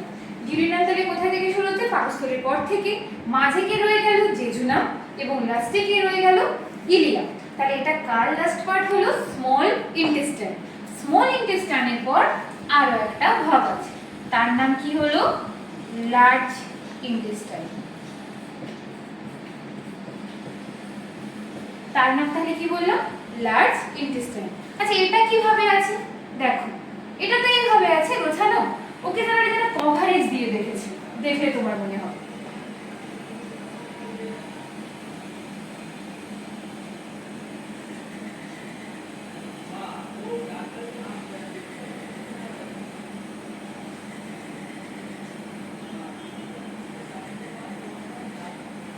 এইভাবে এতে উপরে থাকে। তাহলে কি হলো, না এটা হলো তোমার ওটাকে একটু সরিয়ে মাঝখান দিয়ে আনো, অ্যানাসটা মনে হচ্ছে একদিক চেপে গেছে। এই যে ওই পাশটা এঁকেছে, ওটাকে একটু ঘুরিয়ে সিগমাইট করলো না হবে তো, একটা এসের মতো ঘোরাও। হ্যাঁ ঘোরাও, ঘুরিয়ে মাঝখানে নিয়ে আসো জিনিসটা। হ্যাঁ নিয়ে এসো, আরো আরো আরো ভেতর দিকে টানো, আরো ভেতর দিকে টানো। এবার নামাও। মানে ওটা অ্যানাসটা একদিকে টেলে গেছে মনে হচ্ছে না? এটা কি হলো, না এটা তোমার হলো লার্জ ইন্টেস্টাইন। তাহলে এর মধ্যে থেকে কি হচ্ছে, তাহলে ইলিয়াম শেষ পার্ট এবং এর পর থেকে কিন্তু লার্জ ইন্টেস্টাইন শুরু হচ্ছে। লার্জ ইন্টেস্টাইন এখন ফার্স্টে কি আছে তোমার? আছে বলো সিকাম। সিকামের হ্যাঁ, তারপর অ্যাসেন্ডিং, একদম কি আছে না তোমার সিকাম আছে, যেখানে অ্যাপেন্ডিক্সটা লেগে থাকে। তাহলে কি হলো না তোমার স্মল ইন্টেস্টাইনের শেষ অর্থাৎ ইলিয়াম এবং লার্জ ইন্টেস্টাইনের শুরুতে কি আছে বলছি, সিকাম আছে বলছি। তাহলে কি হলো, এটা সিকাম দিয়ে শুরু হলো। তাহলে দেখো এখানে একটা সূক্ষ্ম মতো জিনিস দেখতে পাচ্ছ, এটার নাম কি বলো তো, অ্যাপেন্ডিক্স। এটা আমরা অনেক সময় শুনি না যে অ্যাপেন্ডিসাইট হচ্ছে, অনেকের অপারেশন করতে হয়। এটা আগেকার দিনে আমাদের এটি ডাইজেস্টিভ সিস্টেমে কাজে লাগতো। কি হয়েছে অপারেশন? হ্যাঁ কি, কাজে লাগতো, না না কিন্তু কি এখন এটি নিষ্ক্রিয় ওখানে অবস্থায়। ইনফ্লামেশনটা কি বললে, কি হয়েছে কিসের? প্রবলেমটা কি, হ্যাঁ। অপারেশনটা কি? না না কি হয়েছে বললে, অপারেশনটা তো না, অ্যাপেন্ডেক্টমি। প্রবলেমটা কি মানে ইনফ্লামেশন যখন হচ্ছে অ্যাপেন্ডিক্সকে, ওটা কি বললে, উচ্চারণটা কি বললে? ওটা বলছি আমাদের এখন অ্যাপেন্ডিসাইট হয়, আমরা শুনে থাকি। অ্যাপেন্ডিসাইট না, appendicitis, inflammation in appendix, appendicitis. আর যে অপারেশনটা সেটাকে বলে অ্যাপেন্ডেক্টমি, ঠিক আছে? এটা আমাদের আগেকার খাদ্যাভ্যাসের জন্য এটি সক্রিয় ছিল, কিন্তু বর্তমানে আমরা যেসব ফুড গ্রহণ করে থাকি তার জন্য কিন্তু এটা নিষ্ক্রিয়। কিন্তু কিছু কিছু ক্ষেত্রে এটি সক্রিয় হয়ে পড়ে, তার ক্ষেত্রে এখন এটা আমাদেরকে একটমি করতে হতে পারে। তারপর তাহলে এই গেল আমার তোমার সিকাম পার্ট। এরপর কি আছে, এরপর আছে তোমার colon, ascending colon, ascending colon. ওপর দিকে উঠছে। হ্যাঁ, এরপর আছে তোমার অ্যাসেন্ডিং কোলন। আমরা ছোটবেলায় পড়েছি যে আমরা অ্যাসেন্ডিং মানে কি, আস্তে আস্তে উপরে ওঠা। তাই এটা দেখো আস্তে আস্তে উপরের দিকে উঠেছে, তাই এটার নাম কি হলো, অ্যাসেন্ডিং কোলন। এরপর কি আছে দেখো, আবার নিচের দিকে নামছে না, তারপরে একটা আড়াআড়ি ভাবে যাচ্ছে, ট্রান্সভার্স কোলন। Transverse colon. এরপর কি আছে না তোমার, এরপর আছে তোমার ডিসেন্ডিং কোলন। তাহলে কোলনকে আবার আমরা ওর যাওয়ার রাস্তা অনুযায়ী ওকে আমরা তিন ভাগে ভাগ করছি। না কি কি আরেকটা ভাগ আছে, করলাম? ডিসেন্ডিং কোলনের পরে একটু এস এর মতো ঘুরে গেছে, ওটা সিগময়েড Sigmoid কোলন। colon। হ্যাঁ, তাহলে কি কি ভাগ বললাম, ফার্স্ট বললাম এই উপর দিকে উঠছে বলে একে বললাম অ্যাসেন্ডিং কোলন। এরপর কি বললাম, এই আড়াআড়ি যাচ্ছে বলে একে বলছি ট্রান্সভার্স কোলন। এরপর কি হলো, ও নিচের দিকে নামছে অর্থাৎ ডিসেন্ডিং কোলন। এরপর দেখো একদম লাস্ট দিকে দেখো এস এর মতো বেঁকে গেছে, আমরা যখন কার্ভ করে থাকি, তাই এদেরকে কি বলা হচ্ছে না, সিগময়েড কোলন বলা হচ্ছে। এবং লাস্টে কি আছে আমাদের, অ্যানাস আছে। তাহলে ডান দিকে যেটা রয়েছে, ডান দিকের কোলনটাকে আমরা কি কোলন বলবো, অ্যাসেন্ডিং না ডিসেন্ডিং? ডান দিক কোনটা? আমার ডান দিক, হ্যাঁ তুমি, দিস সাইড। হ্যাঁ তাহলে সেটা কি হবে? Ascending colon. তার মানে অ্যাসেন্ডিং কোলন কোন দিকে রয়েছে? ডান দিকে। ডান দিকে রয়েছে। ডিসেন্ডিং কোলন কোন দিকে রয়েছে? লেফট সাইডে। বাঁ দিকে রয়েছে। এবার ডান দিক থেকে বাঁ দিকে যাচ্ছে কি, transverse colon. Transverse colon. Very good, চলো। এরপর কি হচ্ছে, লাস্ট হচ্ছে অ্যানাস, এবং সেখান থেকে কি হলো না, আমাদের বর্জ্য পদার্থটা বাইরে বেরিয়ে গেল। অ্যানাস তো হচ্ছে এক্সটার্নাল ওপেনিংটা, তার আগে একটুখানি জায়গা রয়েছে যেটাকে বলে অ্যানাল ক্যানেল, অ্যানাল ক্যানাল, ঠিক আছে? মানে মলদ্বার যেটাকে বলা হচ্ছে। তারপর লাস্টে একদম অ্যানাস দিয়ে পরিবেশে আবার বর্জ্য পদার্থটা ফিরে যাচ্ছে। ওখানেও কিন্তু আমরা স্প্লিংটার পাবো, ওখানেও কিন্তু স্প্লিংটার পাবো, এক্সটার্নাল অ্যানাল স্প্লিংটার এবং ইন্টারনাল অ্যানাল স্প্লিংটার, তাই তো? হ্যাঁ, তারপরে এই যে দেখো পুরোটা যে আমি এই ডাইজেস্টিভ ট্র্যাক্টটা যে আমরা করলাম, তাহলে এটা কি কি ভাবে হচ্ছে বলো তো। ফার্স্ট হলো কি, ইনজেকশন। আমরা কি করলাম, ফার্স্টে খাবারটা আমরা ভরলাম। আমরা কি করি, ইনজেকশন যেরকম আমরা দিয়ে থাকি, তাই না? কি করি, ইনজেকশন একটা কোনো ওষুধ একটা ভরে আমরা দিই। তাহলে ফার্স্ট আমরা কি করলাম, ইনজেকশন করলাম। ইনজেকশন করার পর কি করলাম আমরা, সেটাকে আমরা কি করলাম, গলধকরণ করলাম, তাই না? ইসোফেগাস দিয়ে বলেছিলাম ওই যে গেল। তারপর কি হলো, সেটা পাকস্থলীতে গিয়ে তোমার কি হলো, ডাইজেশন হলো। ওকে, তারপর কি হচ্ছে, তারপর আছে স্মল ইন্টেস্টাইন, ওখানে কি হচ্ছে, অ্যাবজর্পশন হচ্ছে মেনলি। এছাড়া এরপর কি হলো, তারপরও কিছু কিছু সামথিং জিনিস আমাদের লার্জ ইন্টেস্টাইনেও অ্যাবজর্পশন হয়ে থাকে। কিন্তু তারপর আলটিমেট কি হচ্ছে, লার্জ ইন্টেস্টাইনের একদম লাস্ট পার্ট দিয়ে সেটা আবার পরিবেশে বেরিয়ে যাচ্ছে। তাহলে কি হলো, ফার্স্ট হলো তোমার ইনজেকশন করলাম আমরা মাউথের সাহায্যে। নেক্সট আমরা কি করলাম, আমরা প্রপালশন করলাম কার সাহায্যে, ফ্যারিংস আর ইসোফেগাসের সাহায্যে। এরপর আমরা কি করলাম, স্টমাকে আমরা কি করলাম, ডাইজেস্টিভ করলাম, অর্থাৎ ডাইজেশন হলো ওটা। এরপর কি হলো, স্মল ইন্টেস্টাইনে আমাদের ওটা কি হলো, স্মল ইন্টেস্টাইনে আমাদের হাঁপিয়ে গেছে, ব্রেক লাগলে বলো, তাহলে হ্যাঁ এইটুকুনি শেষ করে। হ্যাঁ, স্মল ইন্টেস্টাইনে কি হলো না, আমরা এটাকে অ্যাবজর্ব করলাম, এবং তারপর আমরা কি করলাম, আমরা লার্জ ইন্টেস্টাইনের একদম শেষ পার্ট থেকে আমরা এলিমিনেট করে দেব শরীর থেকে। তাহলে এই প্রক্রিয়াতে আমরা খাদ্যটাকে চালনা করছি। তাহলে এই অবধি আমি এখন তোমাদের ট্র্যাকটা পড়ালাম, এরপর আমি ব্রেক নিচ্ছি, এরপর আমি গ্ল্যান্ডটা ডিসকাস করব। ঠিক আছে, ভালো বলেছো। ওকে, তো আমি যে বলেছিলাম একটু ব্রেক দরকার, তো আমিও ব্রেক নিলাম, সাথে সাথে তোমরাও ব্রেক পেয়ে গেলে আমার সাথে সাথে, তো ভালোই হলো। একসাথে এতক্ষণ টানা করতে ভালো লাগে না। তো চলো এতক্ষণ আমরা কি নিয়ে পড়ছিলাম? ডাইজেস্টিভ ট্র্যাক্ট নিয়ে পড়েছিলাম। তো এবার আমি বাদ বাকি অর্থাৎ গ্ল্যান্ডটা নিয়ে এবার আমি পড়াবো। তো চলো শুরু করা যাক।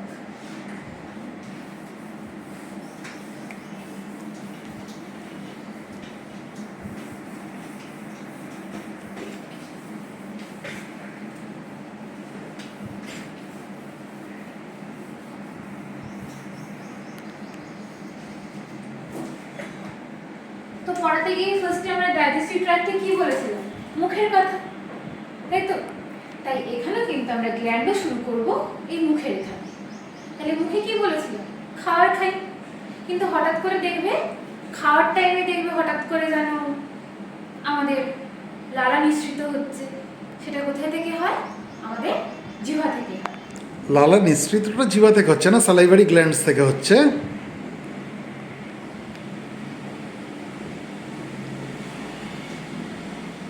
এটা কি? মোটামুটি একটা মানুষের এটা নোজ, তোমাদের বোঝার সুবিধার্থে আমি বলে দিচ্ছি। আচ্ছা, তার উপরের গর্তটা কিসের? ওটা আই। ও আচ্ছা। তো মোটামুটি একটা আঁকা হয়েছে। তো যদি এটা ভালো করে দেখো, দেখো এইভাবে যে আমি যেভাবে দাঁড়িয়ে আছি সেভাবে এই মুখটা আমি আঁকার চেষ্টা করেছি। আচ্ছা, ঠিক আছে? তো এই যে দেখো, তাহলে আমাদের এইখানটা কি থাকে? আমাদের এখানটা ইয়ার পজিশন থাকে।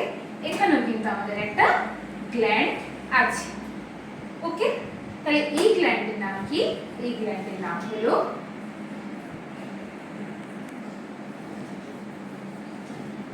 কি লিখলাম বলো তো? Parotid gland.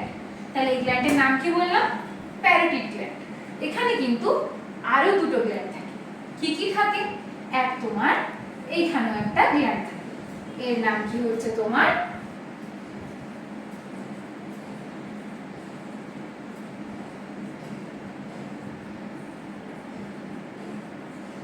কি হলো এটার নাম? Submandibular gland. আর একটা গ্ল্যান্ড কোথায় থাকে? আর একটা গ্ল্যান্ডে সামনে অবস্থান করে। তার নাম কি হলো?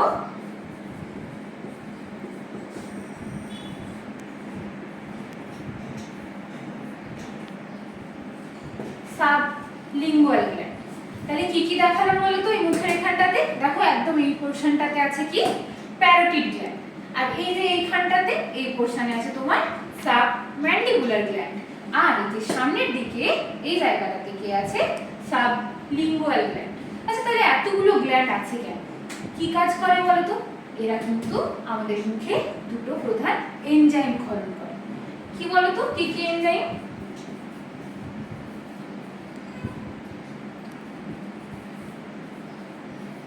কি লিখলাম? লাইসোজাইম। তাহলে কি বললাম? একটা হলো তোমার লাইসোজাইম। আর কি হয়? টাইলিন বানানটা ভুল লাগে, একটা পি হবে। যেমন আমরা পি নিমোনিয়া বলি না নিমোনিয়া বলি? নিমোনিয়া, তাই তো? তাহলে পিটা সাইলেন্ট থাকে, সেরকম এরকম টাইলিনেও পিটা সাইলেন্ট থাকবে। তাহলে আমরা কি কি বললাম? এক বললাম এখানে লাইসোজাইম খরিত হয়। আর কি বললাম? টাইলিন খরিত হয়। তাহলে লাইসোজাইমের কাজ কি? লাইসোজাইমের কাজ হলো আমরা কি করি? আমরা জানি এখানে অসংখ্য আমাদের জন্য কি ঘটছে? আমাদের শত্রুরা ঘটছে। তাদেরকে আমরা খালি চোখে দেখতেও পাই না। তাদের নাম কি বলতো? ভাইরাস আর ব্যাকটেরিয়া। তাহলে কি করছি? আমরা খাওয়ার সময় কি করছি? মুখটা হাঁ করে খাবারটা খাচ্ছি। তার সাথে সাথে কিন্তু আমরা আমাদের শত্রুদেরও খেয়ে নিচ্ছি। ওরা কিন্তু সহজে মরবে না, ইচ্ছে বলবে। তাই ওদেরকে ক্ষতি করার জন্য কে আছে? লাইসোজাইম।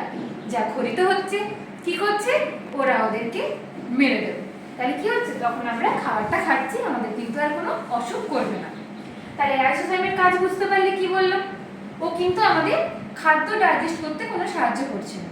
ও আমাদের খাবারের সাথে আমরা যে শত্রুগুলোকে গিলে দিচ্ছি সেইগুলোও ধ্বংস করে দিচ্ছে। Border security force. Yes, lysozyme. কিন্তু টাইলিন কি কাজ করছে? টাইলিন আমরা কি করি? আমরা যে খাবারগুলো খাই, কি কি খাই? অনেক কিছু খাই। ভাত, ডাল, সবজি, মাছ, মাংস। কিন্তু এত ভ্যারাইটি থাকলেও আমাদের কিন্তু খাদ্য যে গুণাগুণ তার মধ্যে কিন্তু নির্দিষ্ট বৈশিষ্ট্য আছে। কি কি আছে বলো তো? Carbohydrate, protein, fat. প্রধানত কিন্তু এই তিন ধরনের উপাদানই ওদের মধ্যে থাকে। সে আমরা এত ভ্যারাইটি খাই না কেন, এই 3 ধরনেরই থাকে। আচ্ছা, ফ্যাট না বলে না লিপিডস বলো, কারণ লিপিডসের দুটো টাইপ আমরা পড়বো, মানে জানি, যেটা হচ্ছে একটা হচ্ছে ফ্যাট, একটা হচ্ছে অয়েল। সুতরাং লিপিড বললে আমি পুরো ফ্যাট অয়েল পুরোটাকেই বোঝাতে পারছি। লিপিডস তাহলে আমরা বলো। প্রধানত কি বলছে? 3টে, carbohydrate and protein and lipid. এই 3 টাইপসের প্রধানত আছে। তার মধ্যে আমরা কিন্তু সবথেকে যেটা বেশি ইনজেকশন করে থাকি সেটা হচ্ছে তোমার কার্বোহাইড্রেট। তাহলে বেশি যখন ওই খাবারটা খাচ্ছি, ওর জন্য বেশি বেশি করে এনজাইম দরকার। তাই প্রথমেই কিন্তু ওর জন্য আমাদের মুখে এনজাইম রেডি করে থাকি। কি এনজাইমের নাম? এনজাইমের নাম হলো টাল। ও কার উপর কাজ করলো? তাহলে কার্বোহাইড্রেটের উপর কাজ করলো। ক্লিয়ার হয়েছে এতটা? তাহলে এই গেল মুখের ব্যাপার। তাহলে এখনই কিন্তু আমি বললাম আমরা প্রোটিনও খেয়ে থাকি, লিপিডও খেয়ে থাকি। তাদের জন্য এখন অবধি আমরা কিছু করলাম না। তাহলে এই অবধি শুধু করলাম কি লাইসোজাইম, যা আমাদের বর্ডার সিকিউরিটি হিসেবে কাজ করছে, আমাদের জীবাণুগুলোকে ধ্বংস করছে। BSF, border security force. আর টালিন কি করলো? আমাদের শ্বেতসার অর্থাৎ কার্বোহাইড্রেটটা আমাদের পাচন করতে সাহায্য করলো। তাহলে মুখে কেমিক্যাল ডাইজেশন কিসের কিসের হচ্ছে? শুরু হলো কি দিয়ে? কার্বোহাইড্রেট দিয়ে শুরু হলো। আচ্ছা, প্রোটিন বা লিপিডের কোনো কেমিক্যাল ডাইজেশন হয় না মুখে? না। আচ্ছা, জেনে রেখে দাও, তোমাদের স্ট্যান্ডার্ড অবধি এটা পড়ানো হয়নি, জেনে রেখে দাও। মুখের মধ্যে একটা জিনিস থাকে, এক ধরনের গ্ল্যান্ড থাকে যেটাকে বলে ভন এবনার্স গ্ল্যান্ড। লেখো, আমি বানান বলে দিচ্ছি, স্টুডেন্টদের সুবিধা হবে। VON এবনার্স, EB, ই বড় হাতের, EB, ভন ছেড়ে দাও, স্পেস দাও, এবনার্স, EBNERS, ঠিক আছে, গ্ল্যান্ড। এটাকে তুমি ভন এবনার্স গ্ল্যান্ডও বলতে পারো বা এবনার্স গ্ল্যান্ডও বলতে পারো। এরা এক বিশেষ ধরনের এনজাইম সিক্রেট করে যেটাকে বলা হয় লিঙ্গুয়াল লাইপেজ। লেখো, লিঙ্গুয়াল, LINGUAL, লিঙ্গুয়াল লাইপেজ। নাম থেকেই বুঝতে পারছি লাইপেজ মানে এরা লিপিডসকেও কিছুটা ডাইজেস্ট করতে সাহায্য করে। তার মানে এতদিন আমরা যেটা জানতাম যে মুখের মধ্যে কার্বোহাইড্রেটের কেমিক্যাল ডাইজেশন হয়, এখন আমরা কি জানলাম? প্রধানত কার্বোহাইড্রেটের কেমিক্যাল ডাইজেশন হয়, সামান্য কিছু লিপিডসেরও কেমিক্যাল ডাইজেশন হয়। এবার এই যে লিঙ্গুয়াল লাইপেজ যেটা মুখের মধ্যে তৈরি হলো, এটা কিন্তু ইসোফেগাসে গড়িয়ে গড়িয়ে স্টমাক অব্দি আসবে, এবং স্টমাকে যে গ্যাস্ট্রিক লাইপেজ তৈরি হয় যেটা লিপিডসকে ডাইজেস্ট করতে সাহায্য করে, তার সঙ্গে লিঙ্গুয়াল লাইপেজও তাকে কিছুটা হেল্প করবে লিপিডকে ডাইজেস্ট করার জন্য। ঠিক আছে, তাহলে আরেকটা নতুন নাম আমরা কি জানলাম? Lingual lipase. কোন গ্ল্যান্ড? ভন এবনার্স গ্ল্যান্ড বা এবনার্স গ্ল্যান্ড। চলো এগো, ভালো পড়াচ্ছ। তাহলে কি হলো? আচ্ছা, তাহলে মুখের মধ্যে the digestion starts in mouth. কিসের কিসের হলো? প্রধানত কার্বোহাইড্রেটের হলো, এছাড়াও সামান্য কিছু পরিমাণ কার হলো? লিপিডের হলো। সেটা কে সাহায্য করলো বলো তো? Von Ebner's gland. কিসের দ্বারা? ওখান থেকে লিঙ্গুয়াল লাইপেজটা ক্ষরিত হচ্ছে, সে তবে কিছুটা পরিমাণ কি করছে? আমাদের লিপিডটাকে আমাদের ডাইজেস্ট করছে। তাহলে আমরা এতদিন পড়িনি কেন তাহলে লিঙ্গুয়াল লাইপেজের কথা? কারণ এই লিপিডসের কেমিক্যাল ডাইজেশন এতটাই কম মুখে হয় যে সেটা অতটা গুরুত্ব দেওয়া হয়নি আমাদের নিচু ক্লাসে, তাই তো? চলো এগো। এরপর আমাদের মুখ তো গেল, এরপর আমাদের খাবারটা কোথায় চলে যায়? আমাদের ফ্যারিংস, এরপর ইসোফেগাস থেকে আমাদের স্টমাকে চলে যায়। তার আগে তেমন কিছু ডাইজেশন হচ্ছে না। তাহলে এবার তোমার স্টমাকে, তাহলে স্টমাকে কি হয়? আমরা জানি ওখানে একটা অ্যাসিড আছে, তাই তো? একটা না এক প্রকার? এক প্রকার। আচ্ছা, এক প্রকারের অ্যাসিড বর্তমানে ওখানে। তার নাম কি বলো তো? HCl। আচ্ছা, তোমরা pH কি জানো? তাই একটু pH সম্বন্ধে একটু শুনে নাও। pH এটা কিছুই না, এটা আমাদের কোনো জিনিস সেটা ক্ষারীয় না আম্লিক এটা বোঝার জন্য আমরা তার মাপদণ্ড কি বলে থাকি? pH বলে থাকি। তাহলে pH এটা আমরা সবকিছু এক দিয়ে শুরু করি না, কিন্তু pHটা দেখো আমি একটু অন্যভাবে শুরু করছি। pHটা আমি দেখো মাঝামাঝি একটা দাগ করলাম, এটা দেখো কত লিখছি। কত লিখলাম বলো তো? 7 লিখলাম, তাই না? তাহলে কি হবে বলো তো? 7টা দেখো আমি একদম মিডল পজিশনে গেছি, আর দুদিক দেখো ফাঁকা আছে। তাহলে এবার ভালো করে জিনিসটা দেখো, এই দিকে যদি যায় সেটা তখন কি হবে? বেসিক হচ্ছে। অ্যালকালাইন লেখো, অ্যালকালাইন। বেস আর অ্যালকালির মধ্যে পার্থক্য হচ্ছে সলিউবল বেসেস আর কল্ড অ্যালকালি, মানে অ্যালকালাইন নেচার বাড়বে। ALKALINE, হ্যাঁ অ্যালকালাইন, LINE। এর দিকটা তাহলে কি হচ্ছে? অ্যালকালাইন। সাথের থেকে যত বাড়বে তত তার অ্যালকালাইন নেচার বাড়বে। এর দিকে কত হচ্ছে অ্যাসিডিক। এবার আমি মানগুলো লিখব না, তাহলে কি বললাম, এই দিকটা হচ্ছে অ্যাসিডিক, এ এই দিকটা সি হচ্ছে I DIC AC I acidic. Acidic. হ্যাঁ, তাহলে কি হলো, এদিকটা বলছে অ্যাসিডিক, এদিকটা বলছে অ্যালকালাইন। আচ্ছা এখন তো কি শুধু মান গণনা আমি লিখলাম না, শুধু 7 লিখে তাহলে ডান দিকটা অ্যালকালাইন আর এদিকটা হচ্ছে অ্যাসিডিক না। এবার একটা জিনিস ভালো করে দেখো, দেখো এদিকটা পরপর করে যেন আমি বাড়াচ্ছি না, তখন এই দিকটা দেখো একটা জিনিস করছি, কি করছি দেখো, এদিকটা যত এসছে 5 এর আগে 4, আমরা আস্তে আস্তে করে 5 এর আগে 4, তত আমরা কি করছি কমাতে থাকছি, আর ওদিকটা যতটা যাচ্ছি আমরা তো বাড়তে থাকছি। আমাদের জ্যামিতি বক্সের ছোট স্কেল থাকে না 15 সেন্টিমিটারের, আমরা সেটাও কিন্তু দেখতে পাই। তাই কি হবে, ছোট স্কেলের 7 বরাবর আমরা কি বলছি মিডল। তাহলে এটাকে কি বলবো, এটাকে বলবো হচ্ছে তোমার প্রসম। প্রসম মানে কি, এটা নয় অ্যাসিডিক নয় অ্যালকালাইন। তাহলে এটার মধ্যে কিন্তু অ্যাসিডেরও গুণ থাকবে না আর অ্যালকালাইনের গুণ থাকবে না, নিউট্রাল। তো সেখান থেকে যত মান বাড়তে থাকবে সেটাকে আমরা কি বলবো, অ্যালকালাইন বলবো, আর যত মান কমতে থাকবে সেটাকে আমরা বলবো তাহলে তোমার অ্যাসিডিক। মানে যত বাড়ছে তত বেশি অ্যালকালাইন নেচার বাড়ছে, যত সাথের থেকে বাড়ছে তত অ্যালকালাইন নেচার বাড়ছে, যত সাথের থেকে কমছে তত তার অ্যাসিডিক নেচার বাড়ছে। তাহলে কি হলো, পিএইচ এর মান যদি 7 এর থেকে বেশি হয় সেটাকে আমরা অ্যালকালাইন বলে ধরে নেব, আর পিএইচ এর মান যদি 7 এর থেকে কম হয় সেটাকে আমরা অ্যাসিডিক হিসেবে ধরে নেব। তাহলে এবার যেটা বলছিলাম,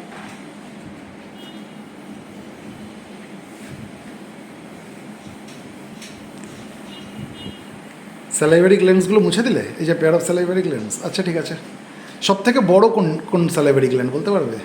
প্যারাটিড। হ্যাঁ, চলো। তাহলে আচ্ছা, প্যারোটিড গ্ল্যান্ডে অনেক সময় ইনফ্লেমেশন হয়, সেটাকে আমরা কি বলি? প্যারোটাইটিস, মানে যেটাকে আমরা মামস বলি সহজ ভাষায়। মামস মানে কি, প্যারোটিড গ্ল্যান্ডগুলোর মধ্যে ইনফ্লেমেশন হয়ে গেছে। ঠিক আছে, প্যারোটিড গ্ল্যান্ডে ইনফ্লেমেশন হলে সেটাকে আমরা মামস বলি। ঠিক আছে, তাহলে এবার আমরা কি বললাম, আমরা মাউথটা শেষ করলাম, আর কি বললাম, আমরা এবার স্টমাকে পৌঁছে গেছি। স্টমাকে এবার কি হচ্ছে দেখো,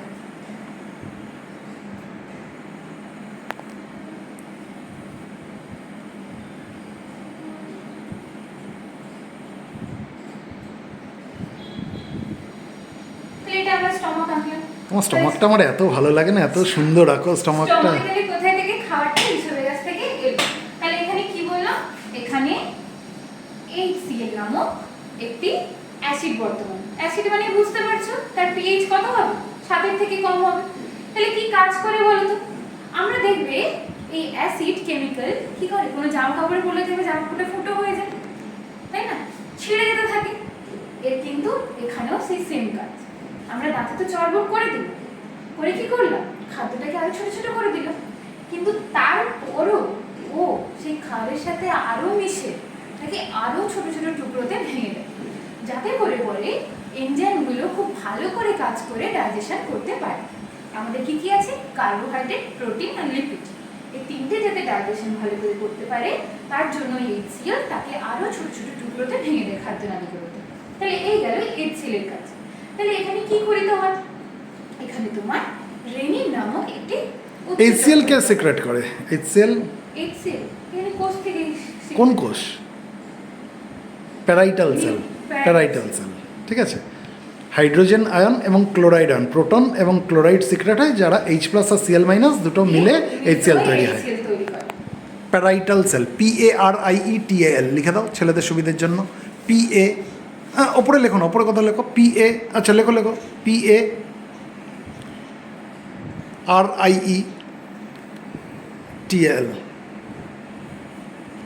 প্যারাইটাল সেল।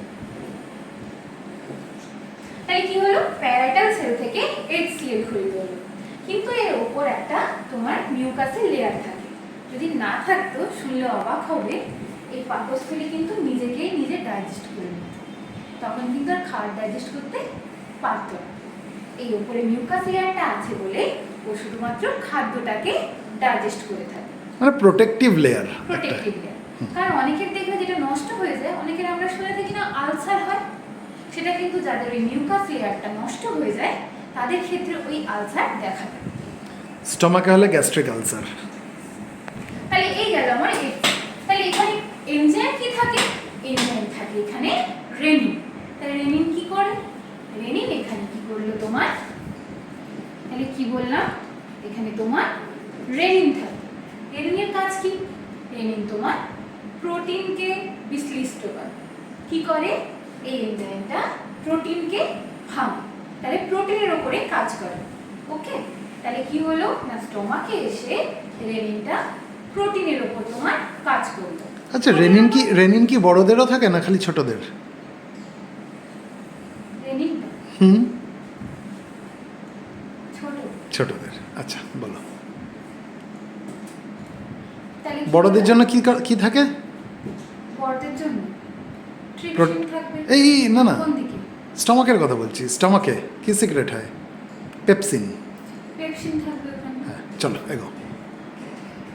তাহলে কি হচ্ছে না রেনিন থাকছে, আর বড়দের ক্ষেত্রে কি থাকছে? পেপসিন থাকছে। তাহলে কি বললাম? ছোটদের ক্ষেত্রে তোমার ইনফ্যান্ট যারা হয় তাদের ক্ষেত্রে থাকছে তোমার রেনিন, আর এদের ক্ষেত্রে কি থাকছে? তোমার পেপসিন থাকছে। তাহলে এর উভয়ই কার উপর কাজ করলো? প্রোটিনের উপর কাজ করলো। তাহলে এরা প্রোটিনকে ভাঙবে, তাই না? তাহলে প্রোটিনকে ভাঙার পর এরা কিসে? ডিরেক্ট কিন্তু একদম প্রোটিনের বেসিক লেভেলে যেতে পারে না। প্রোটিনকে কি রূপে ভেঙে দেয়? প্রোটিনকে পেপটন রূপে ভেঙে দেয়। জাস্ট এই এতটাই করে। তাহলে কি বললাম বলো? না তোমার এই স্টমাকে কি থাকে? রেনিন ইনফ্যান্টদের ক্ষেত্রে থাকে, আর তোমার অ্যাডাল্টদের ক্ষেত্রে থাকে হচ্ছে তোমার পেপসিন। আমরা বড়দেরটা নিয়ে আলোচনা করি, ঠিক আছে? তো আমরা মেনলি বড়দের নিয়ে আলোচনা করব। তাহলে আমরা কি করছি? পেপসিন প্রোটিনের উপর কাজ করে কি করছে? এটাকে পেপটনে রূপান্তরিত করে দিচ্ছে। আর এখানে তোমার কি হচ্ছে? পেপসিন কে সিক্রেট করে? Gastric chief cell. Gastric chief cell actually pepsin হিসাবে বেরোয় না, প্রো এনজাইম হিসাবে বেরোয়, পেপসিনোজেন। এই পেপসিনোজেন যখন হাইড্রোক্লোরিক অ্যাসিডের সংস্পর্শে আসে তখন সেটা পেপসিনে কনভার্ট হয়। প্রথমে ইনঅ্যাক্টিভ ফর্মে থাকে, ঠিক আছে? তাহলে লেখো গ্যাস্ট্রিক চিপ সেল।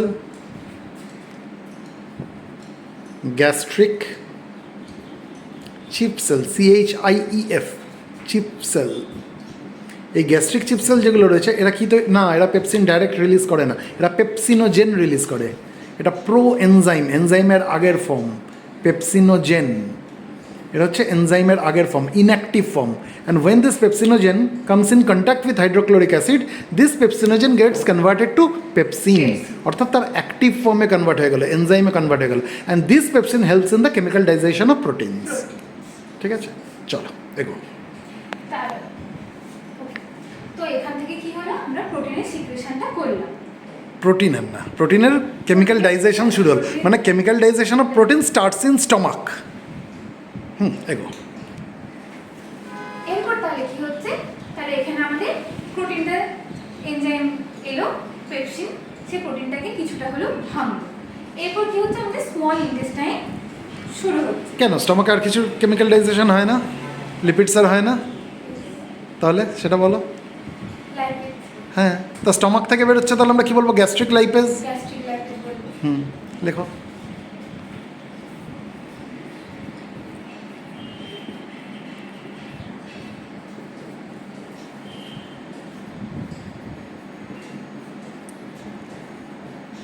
এরা লিপিডসের কেমিক্যাল ডাইজেশন করায়, তাই তো?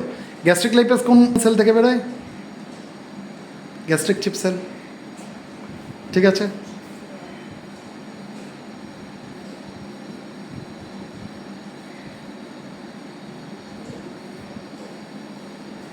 আচ্ছা, আমি প্রথমে একটা কথা বলেছিলাম মনে আছে? মুখের মধ্যে ভন এবনার্স গ্ল্যান্ড যে লিঙ্গুয়াল লাইপেজকে ছাড়ছে, সেই লিঙ্গুয়াল লাইপেজ ইসোফেগাস হয়ে গড়িয়ে গড়িয়ে গড়িয়ে গড়িয়ে স্টমাকে আসবে। স্টমাকের মধ্যে মেনলি গ্যাস্ট্রিক লাইপেজ লিপিডের কেমিক্যাল ডাইজেশন করছে, তাকে আরেকটু সাহায্য করছে কে? লিঙ্গুয়াল লাইপেজ, যেটা স্টমাকে পৌঁছে গেছে মুখ থেকে। ঠিক আছে, তাহলে স্টমাকে আমরা গ্যাস্ট্রিক লাইপেজ এবং লিঙ্গুয়াল লাইপেজ এই দুটো এনজাইমকে কি দেখছি? লিপিডসের কেমিক্যাল ডাইজেশন করছে। ঠিক আছে, তাহলে স্টমাকে কিসের কিসের কেমিক্যাল ডাইজেশন হলো? প্রোটিনের হলো, দেন হচ্ছে লিপিডের হলো। প্রোটিনের আর লিপিডের হলো। আচ্ছা, কার্বোহাইড্রেটের কেমিক্যাল ডাইজেশন স্টমাকে হবে না? কি হ্যাঁ না না হবে না ওটা তো স্মল ইন্টেস্টাইনে না, তোমাকে বেসিকটা জানতে হবে কেন স্টমাকে কার্বোহাইড্রেটের কেমিক্যাল ডাইজেশন হয় না। অ্যাসিডিক মিডিয়ামের মধ্যে কোনো অ্যামাইলেজ বা অ্যামাইলোলাইটিক এনজাইম যাই বলি, যেটা কার্বোহাইড্রেটকে ডাইজেস্ট করার যে এনজাইম, তারা কিন্তু কাজ করতে পারে না। ওরা খালির মাধ্যমে কাজ করতে পারে। তাহলে স্টমাকের মিডিয়ামটা কি প্রচণ্ড রকমের acidic medium because of the presence of hydrochloric acid, তাই তো? সেই জন্য ওখানে আমরা কোনো অ্যামাইলেজের কোনো রোল আমরা দেখতে পাবো না, কোনো অ্যামাইলোলাইটিক এনজাইমের রোল দেখতে পাবো না। মুখের মধ্যে স্যালাইভারি অ্যামাইলেজের কাজ আমরা দেখেছিলাম, হ্যাঁ, টায়ারিং বলছি। ট্যালিন, তাই তো? আবার ইন্টেস্টাইনে গিয়ে, স্মল ইন্টেস্টাইনে গিয়ে আমরা অ্যামাইলেজ পাবো, ঠিক আছে? অ্যামাইলেজের রোল দেখবো, কিন্তু স্টমাকের মধ্যে আমরা কোনো অ্যামাইলেজের কোনো কাজ দেখতে পাবো না। সেই জন্য স্টমাকের মধ্যে শুধুমাত্র প্রোটিনের হচ্ছে প্রোটিন আর লিপিডের পার্শিয়াল কেমিক্যাল ডাইজেশন হচ্ছে, ঠিক আছে? কার্বোহাইড্রেটের কোনো কেমিক্যাল ডাইজেশন স্টমাকে হয় না। এগো। এরপর কি হচ্ছে, স্টমাকে তেমন এর থেকে আর কিছু হলো না। তাহলে শুধু কি কি হলো না, আমাদের প্রোটিনের কিউত অংশ ডাইজেশন হলো, আর কি হলো, লিপিডের হলো, যেটা কি হলো না আমাদের গ্যাস্ট্রিক লাইপেজে সাহায্য করছে, আর কিছু ভাগে আমাদের কে সাহায্য করবে, লিঙ্গুয়াল লাইপেজ। আচ্ছা, হাইড্রোক্লোরিক অ্যাসিড তাহলে কিভাবে ডাইজেস্ট করাতে সাহায্য করছে ডাইজেশনে? হাইড্রোক্লোরিক অ্যাসিডগুলো আমাদের কি করলো, খাদ্যগুলোকে আরো ছোট ছোট অংশে ভাগ করে দিল, যাতে এই এনজাইমগুলো তাদের উপর সহজে কাজ শুধু কি তাই? আজকে যদি হাইড্রোক্লোরিক অ্যাসিড না থাকতো তাহলে কি পেপসিনোজেন পেপসিনে কনভার্ট হতো? আর এই পেপসিনোজেনকে পেপসিনে অর্থাৎ ইনঅ্যাক্টিভ ফর্ম থেকে অ্যাক্টিভ ফর্মে আনতে সাহায্য করে HCl। তাহলে HCl এর একটা বড় কাজ, আরও কাজ আছে। আমরা যখন রেসপিরেটরি সিস্টেম পড়েছিলাম, আমরা মিউকোসিলিয়ারি ক্লিয়ারেন্স পড়েছিলাম, যে মিউকাসটা রেসপিরেটরি ট্র্যাক্ট থেকে ক্লিয়ার হয়ে ডাইজেস্টিভ ট্র্যাক্টে ঢুকে যায়। এবার মিউকাসটা একা আসে না, ওর সঙ্গে তো জীবাণুগুলোও ট্র্যাপড থাকে ওর মধ্যে, তাহলে সেই জীবাণুগুলোকে ধ্বংস করবে কে? HCl। হাইড্রোক্লোরিক অ্যাসিড, তাই তো?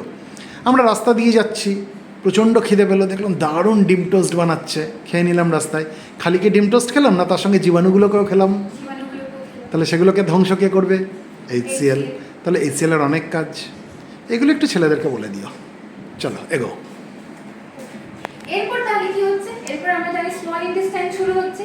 আচ্ছা, আগেই বলেছিলাম স্মল ইন্টেস্টাইনে তিনটে ভাগ, ডিউডিনাম, জেজুনাম আর ইলিয়াম। কিন্তু বেশিরভাগ কাজটা তোমার এই ডিউডিনামেই হয়, পাচনের কাজটা।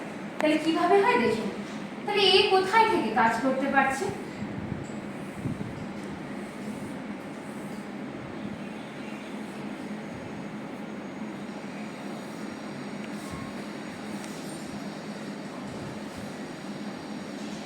তো তার আগে দেখতে হবে আমাদের আরেকটা জিনিস, তার নাম কি বলতো? তার নাম হলো প্যানক্রিয়াস।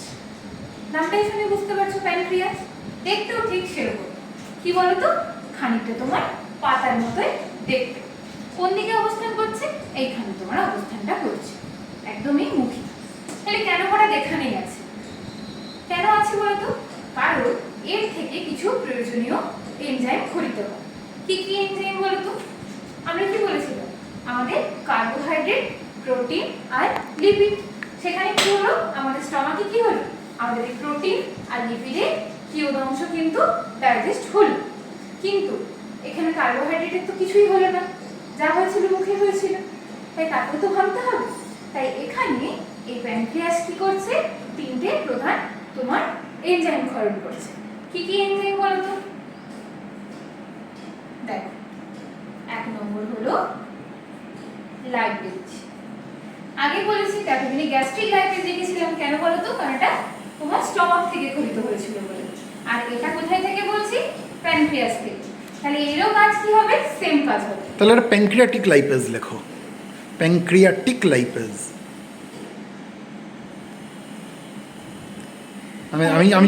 আমি যদি খুব ডিটেলসে না যে, আমি প্যানক্রিয়াটিক লাইপেজ বলেই চালিয়ে দিলাম, ঠিক আছে? মানে ছেলেদের বেশি ডিটেলসে বললে ওরা বুঝবে না। তাহলে দেখো, এটা প্যানক্রিয়াস থেকে যেহেতু খরিত হচ্ছে, তাই এর নাম আমরা কি বলছি? Pancreatic lipase. এও কার উপর কাজ করবে? সেই সেম লিপিডের উপর কাজ করবে। আর কি এরপর পড়বো?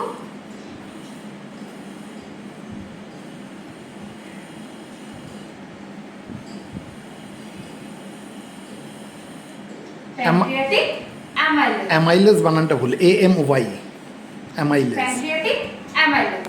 তাহলে এই অ্যামাইলেজ কার উপর কাজ করবে? স্টার্চ, অর্থাৎ এটা একটা কার্বোহাইড্রেটের ফর্ম। তাহলে কি হলো না, দেখো প্যানক্রিয়াটিক লাইপেজ কার উপর কাজ করছে? লিপিডের উপর কাজ করছে। আর এই প্যানক্রিয়াটিক অ্যামাইলেজ কার উপর কাজ করছে? স্টার্চের উপর কাজ করছে। আর একটা কি? স্টার্চ বানান কি লিখেছো? STERC। STARCH, starch. আর কি করে? আচ্ছা, প্যানক্রিয়াটিক অ্যামাইলেজ যেটা লিখেছো এর নামটা তুমি জানো? ছেলেদের নাম বলো, তুমি জানো? অ্যামিলপসিন। অ্যামিলপসিন, অ্যামিলপসিন, ঠিক আছে। মুখে যেটা বেরোচ্ছিল অ্যামাইলেজ, ওটাকে কি বলা হয়েছিল? টায়ালিন। আর প্যানক্রিয়াস থেকে যেটা বেরোচ্ছে সেটা কি? অ্যামিলপসিন। কোনটা বেশি ক্ষমতা, কার বেশি ক্ষমতা? অবশ্যই অ্যামিলপসিনের, ঠিক আছে। ঠিক ঠিক। এরপর লাস্ট রান এখান থেকে কি ঘটিত হচ্ছে? এই দুটোই হচ্ছে আলফা অ্যামাইলেজ আর কি, a form of alpha amylase. Trypsin. তাহলে দেখো কি কি বললাম? না না না না না না, ট্রিপসিন হিসাবে সিক্রেশন হয় না, এগুলো ইনঅ্যাক্টিভ ফর্মে হয়। ট্রিপসিনোজেন, কাইমোট্রিপসিনোজেন এই ফর্মে হয় কিন্তু, ঠিক আছে। তারপরে সেটা কি হয়? তারপরে সেটা অ্যাক্টিভ ফর্মে কনভার্ট হয়, ট্রিপসিন তৈরি করে, ঠিক আছে।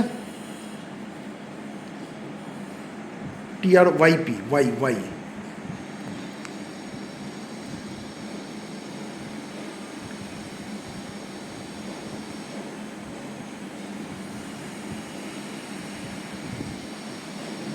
তাহলে কি হলো দেখো না, যেমন এখানে গ্যাস্ট্রিক লাইপেজ ঘটিত হয়েছিল, তেমন এখানে প্যানক্রিয়াটিক থেকে ঘটিত হচ্ছে বলে প্যানক্রিয়াটিক লাইপেজ যা লিপিডের উপর কাজ করছে, প্যানক্রিয়াটিক অ্যামাইলেজ যা স্টার্চের উপর কাজ করছে, যা হলো কি অর্থাৎ কার্বোহাইড্রেটের উপরে কাজ করছে। হ্যাঁ। আর কি হলো? প্যানক্রিয়াটিক ট্রিপসিনোজেন, যা অ্যাক্টিভ ফর্ম হলো ট্রিপসিন, যে কার উপর কাজ করছে বলো তো? পেপটোন। এটা কোথায় হয়েছিল? দেখো তোমার স্টমাকে প্রোটিন থেকে পেপটোন অবধি এসেছিল, তাই এখানে সে ট্রিপসিনটা পেপটোনের উপর কাজ করে কি তৈরি করলো? পেপটাইড তৈরি করলো। এখনো কিন্তু একে সম্পূর্ণ ভাঙতে পারেনি। তাহলে কি হলো? এই অবধি আমরা এলাম, কিন্তু একটা কথা আছে, এই যে কি বললাম যে এই জায়গাটা কি ছিল? আম্লিক ছিল, তার জন্য এখানে কে কাজ করতে পারছিল না? এই অ্যামাইলেজ প্রোটিনগুলো, যেগুলো কার্বোহাইড্রেট ভাঙে। তাই হঠাৎ করে এতটা তো তোমার অ্যাসিডিকই ছিল, তাহলে হঠাৎ করে এখানে এসে কি করে ক্ষারীয় হয়ে গেল? কোশ্চেন, তাই না? কারণ আমি আগেই বললাম এখানে ওরা কাজ করতে পারছে না, অ্যাসিডিক বলে। তাহলে কেউ তো একজন আছে যেটা এখানে অ্যাসিডিক থেকে ক্ষারীয়তে কনভার্ট করছে। সেটা কে করছে বলো তো? আর একটা গ্ল্যান্ড আছে, তার নাম কি?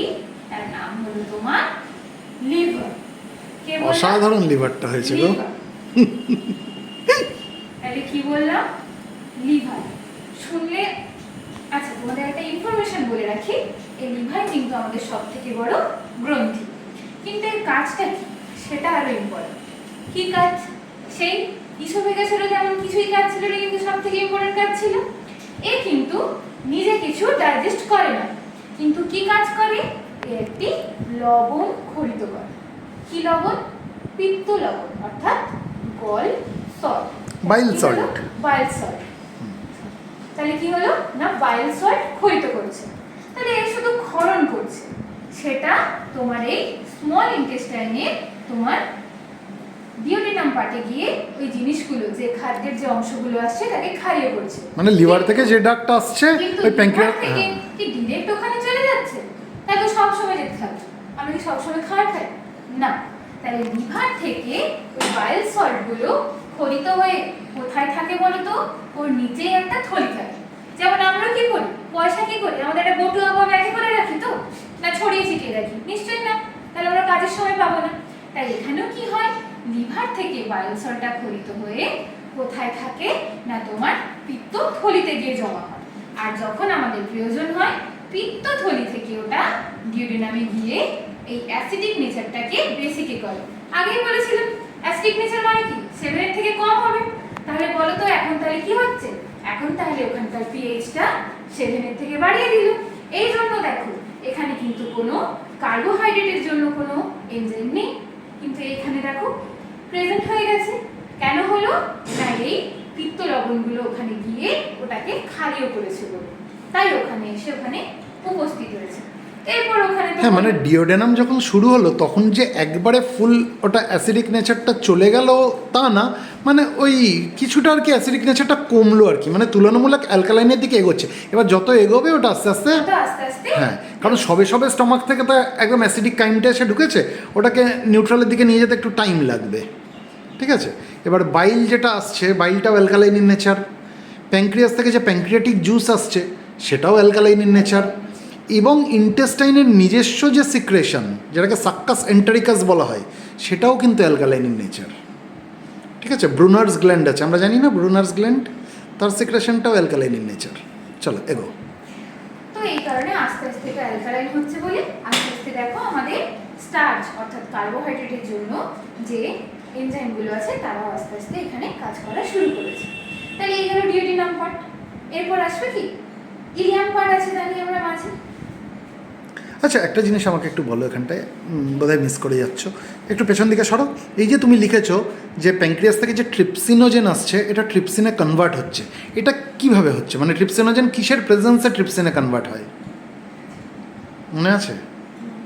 এন্টারোকাইনেজ বলে এক ধরনের এনজাইম, লেখো এন্টারোকাইনেজ। এন্টারোকাইনেজ যেটা এই স্মল ইন্টেস্টাইনের নিজস্ব enzyme, এন্টারোকাইনেজ। When trypsinogen comes in contact with enterokinase, this inactive trypsinogen gets converted to active trypsin. আর এই যে ট্রিপসিনে কনভার্ট হলো এটাই প্রোটিওলাইটিক এনজাইম, এটাই প্রোটিনকে ভাঙতে সাহায্য করে, তাই তো? এটাই প্রোটিওলাইটিক এনজাইম প্রোটিয়েজ, যেটা প্রোটিনের কেমিক্যাল ডাইজেশনে সাহায্য করে। এবার এই ট্রিপসিনের প্রেজেন্সে প্যাঙ্ক্রিয়াস থেকে কী বলেছি আরেক ধরনের প্রোএনজাইম আসে ইনঅ্যাক্টিভ, যেটা কাইমোট্রিপসিনোজেন বলে। This chymotrypsinogen gets converted to chymotrypsin. এই যে কাইমোট্রিপসিনোজেন যে কাইমোট্রিপসিনে কনভার্ট হলো এটা কিসের প্রেজেন্সে? ট্রিপসিনের প্রেজেন্সে হলো। ঠিক আছে, হ্যাঁ লিখে নাও, লিখে নাও। কাইমোট্রিপসিনোজেন প্যাঙ্ক্রিয়াস থেকে আসছে কাইমোট্রিপসিনোজেন, না এন্টেরোকাইনেজের কাছে লিখো না, ওটার সাথে এন্টেরোকাইনেজের সম্পর্ক নেই। কাইমোট্রিপসিনোজেন ট্রিপসিনের প্রেজেন্সে কাইমোট্রিপসিনোজেন, CHYMO, কাইমোট্রিপসিনোজেন।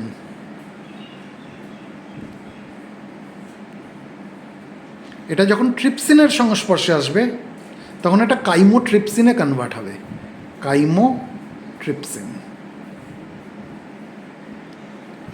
এটাও প্রোটিওলাইটিক এনজাইম। ঠিক আছে, এই ভিডিওটা তুমিও নিও, এটা তোমারও কাজে লাগবে কিন্তু, হ্যাঁ এই জিনিসগুলো ইনক্লুড করে নিও। চলো এগো এবার। তাহলে কি হলো এখানে কিন্তু এই প্রোটিনকে ভাঙার জন্য আরো একটি এনজাইম উপস্থিত আছে, তার নাম কি বলতো? কাইমোট্রিপসিনোজেন। এটি কি করে অ্যাক্টিভেট হয় দেখো, আগে তোমার প্যানক্রিয়াটিক ট্রিপসিনোজেনকে কে অ্যাক্টিভেট করলো? এন্টেরোকাইনেজ। সেখান থেকে কি পেলাম আমরা? ট্রিপসিন পেলাম, যা ডিরেক্টলি পেপটিনের উপর কাজ করে পেপটাইড তৈরি করতে পারে। আবার এই ট্রিপসিনই কি করছে?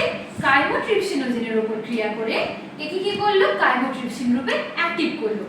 ও কিন্তু সেই প্রোটিনকে ভাঙবে, পেপটনকে যাবে গিয়ে ব্রেক করে কি করলো? পেপটাইডে রূপান্তরিত করলো। তো এই গেল আমাদের এটা। আর ডিটেলসে গেলাম না, কার্বক্সি পেপটিডেজও আছে, আর অত ডিটেলসে গেলাম না। ঠিক আছে চলো এগো। তো এই হলো এদিকের কাজ। এরপর কি হলো? Ilium part. এখানে বেশিরভাগ কি দেয়? একটু এখানে অনেক কাজ করে নিয়েছি আমরা, একটু কি দিল? একটু রিল্যাক্সেশন দিল, যাতে এই এনজাইমগুলো আরো ভালোভাবে কাজ করতে পারে। কারণ আগেই বলেছি এটা একটি লুপ স্ট্রাকচার, আর এটা অনেকটা জুড়েই আছে। তাই এখান থেকে ধীরে ধীরে যখন আমাদের এই খাদ্য মণ্ডগুলো যাচ্ছে তখন তার উপর যে এনজাইমগুলো আমি বলেছি সেগুলো আরো ভালো করে কাজ করতে পারে একদম। এরপর একদম শেষ পার্টে কি আছে?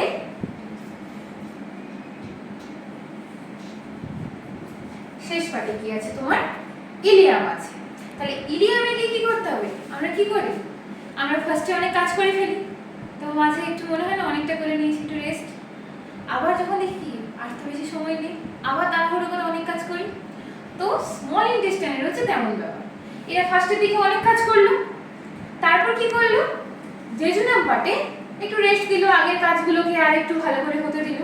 তারপর কি করতে হবে? আবার ইলিয়াম পার্ট, মানে কি এটা শেষ পার্ট, তার মানে কি আমাকে কাজগুলো কমপ্লিট করতে হবে। তাহলে এখানে কিন্তু আবার অনেক রকম এনজাইম আসবে। তারা কি কি আসবে দেখো। তাহলে এখানে প্রধানত তাহলে কারা আসবে? স্টার্চ এখনো বাকি আছে। তাহলে এখানে ভাঙতে কে কে আসবে? মল্টোজ আসবে। মল্টোজকে ভাঙার জন্য কে আসবে? মল্টেজ আসবে। সুক্রোজকে ভাঙার জন্য কে আসবে? সুক্রেজ আসবে। এগুলো ভেঙে ভেঙে আলটিমেট আমরা কি পাবো, গ্লুকোজ পাবো। এছাড়া এই যে এখনো পেপটাইড না মানে ডাইস্যাকারাইডকে ভেঙে মোনোস্যাকারাইডে কনভার্ট করা হবে। কারণ আলটিমেটলি আমরা একদম বেসিক অর্থাৎ প্রাথমিক যখন হবে তখনই আমরা কিন্তু সেগুলোকে অ্যাবজর্ব করতে পারবো। তাই এগুলোকে আমরা এই মল্টেজ সুক্রেজ এই যে যেগুলো বলছো তুমি এই এনজাইমগুলো, এগুলো কোত্থেকে আসছে? এগুলো কি প্যানক্রিয়াস থেকে আসছে? No, তাহলে এগুলো ইন্টেস্টাইনের নিজস্ব এগুলো সিক্রেশন। intestine থেকেই তো আসছে। হ্যাঁ, ইন্টেস্টাইনের নিজস্ব সিক্রেশন। ঠিক আছে, চল। তাহলে এগুলো ইলিয়াম পার্টে প্রধানত সিক্রেট হচ্ছে। তাহলে এইগুলো আমার হলো। আর কি বলছি, এই দেখো প্রোটিন কি, পেপটোন, পেপটোন থেকে সবে পেপটাইড অব্দি এসেছে।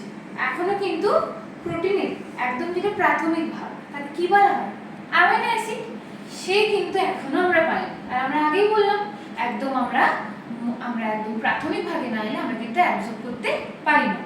তাই এখানে প্রোটিনকে ভাঙার জন্য আরো একটা উৎসেচক থাকে, তার নাম কি হলো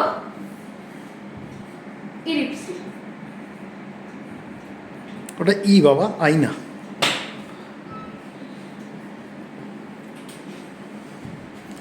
যাকে শর্টে লেখো, শর্টে লেখো, তুমি যা বানান লিখছো শর্টে লেখো।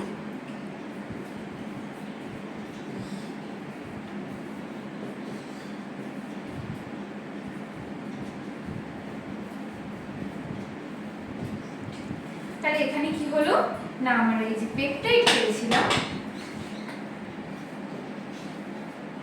আমরা যে পেপটাইড পেয়েছিলাম, তাই ইরিপসিন কি করলো, পেপটাইডটাকে অ্যামাইনো অ্যাসিডে রূপান্তরিত করলো। তাহলে কি হলো, এখানে আমরা বাদবাকি যা ছিল সব আমরা ভেঙে নিলাম একদম বেসিক লেভেলে। এরপর কি হবে, এরপর আমাদের কি করতে হবে, অ্যাবজর্ব করতে হবে। তাহলে দেখো এই পার্টে কিন্তু যেমন তোমার ডাইজেশনও হচ্ছে, তেমন এখানে কিন্তু অ্যাবজর্পশনও হবে। তো এই করে আমরা কি শেষ করলাম, আমরা স্মল ইন্টেস্টাইনের পার্টটা শেষ করলাম। আচ্ছা ভগবান তাহলে স্মল ইন্টেস্টাইনকে এত লম্বা বানিয়েছেন কেন? একটু ছোট বানালে তো বাবা কি অসুবিধাটা হতো? এত লম্বা বানানো দরকার ছিল? কুচকে মুচকে রয়ে গেছে এইটুকুনি জায়গার মধ্যে। ছোট বানাতো, এটা কোচকানোর জন্য এটা একটা ভিলাই লাইক স্ট্রাকচার আছে। হ্যাঁ, সেগুলো বলতে হবে না। হ্যাঁ, সিঙ্গুলারে বলে ভিল্লাস, প্লিউরালে ভিল্লাই। ভিলাই, তাহলে কি হলো, এখানে একটা তোমার ভিলাই লাইক স্ট্রাকচার আছে। ভিলাই মানে কি, আঙুলের মতো প্রজেকশন। এগুলোতে কি থাকে না, আমাদের নার্ভ এন্ডিং গুলো থাকে। এখানে যেটা মেন সেটা হচ্ছে অ্যাবজর্পশন করার সেলগুলো থাকে, যেগুলো বলে এন্টেরোসাইটস। তাহলে এন্টেরোসাইট গুলো কি করছে না, নিউট্রিয়েন্টসগুলোকে অ্যাবজর্ব করছে, তাই তো? এতটা লং লুপ স্ট্রাকচার হওয়ার জন্য খুব ধীরে ধীরে এবং যতটা নেওয়ার একদম পুরোটা ভালো করে ভেরি গুড। এটা যদি ছোট হতো, মানে কি হতো, ফুড মেটেরিয়াল ঢুকতো আর টুপ করে বেরিয়ে যেত, অ্যাবজর্ব করার তো অতটা সময় পেত না। ভালোভাবে হতো না, ওকে লম্বা পথ চলতে হচ্ছে যাতে অনেকটা সময় পাওয়া যায় অ্যাবজর্ব করার জন্য। যতটা নিউট্রিয়েন্টকে নিয়ে নেওয়া যায় ততটাই ভালো। লুপ করা হয়েছে কারণ যেহেতু এটা বড় করা হয়েছে, তার জন্য অল্প জায়গায় যাতে থাকতে পারে সেটার জন্য এক নম্বর। সারফেস এরিয়া বাড়বে ভিল্লাইগুলোর জন্য। আর কি হয়েছে যে যেহেতু আঁকা বাঁকা পথ, তাই আমরা আরেকটু টাইম নিয়ে যাই তো সোজা পথের থেকে। দেখবে আমরা যখন গাড়ি চালাই স্পিডটা কি স্ট্রেট রাস্তাতে একটু বেশি থাকে, আর যখন আঁকা বাঁকাতে যাই তখন একটু স্লো যাই। তাই খাবারগুলো এখানে একটু ধীরে গতিতে যাবে তুলনামূলক, তাই অ্যাবজর্পশনটা কিন্তু আরো ভালো করে হবে।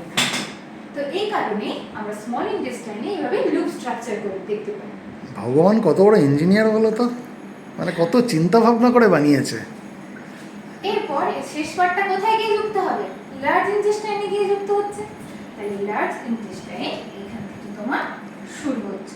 তার মানে স্মল ইন্টেস্টাইনে প্রোটিনস, লিপিডস, কার্বোহাইড্রেট সব কিছু তার কমপ্লিট ডাইজেশন হয়ে গেল, অ্যাবজর্পশনও হয়ে গেল। এই লেখাগুলো মুছে আঁকবো না উপর থেকে? না না, মুছে দাও, মুছে দাও, হয়ে গেছে। তুমি পড়াচ্ছ, আমি ছাত্র, তুমি যেটা তোমার ঠিক মনে হবে সেটা তুমি করো। তোমাকে আজকে বোর্ড ছেড়ে দিয়েছি, যা তোমার ঠিক মনে হবে সেটা করো।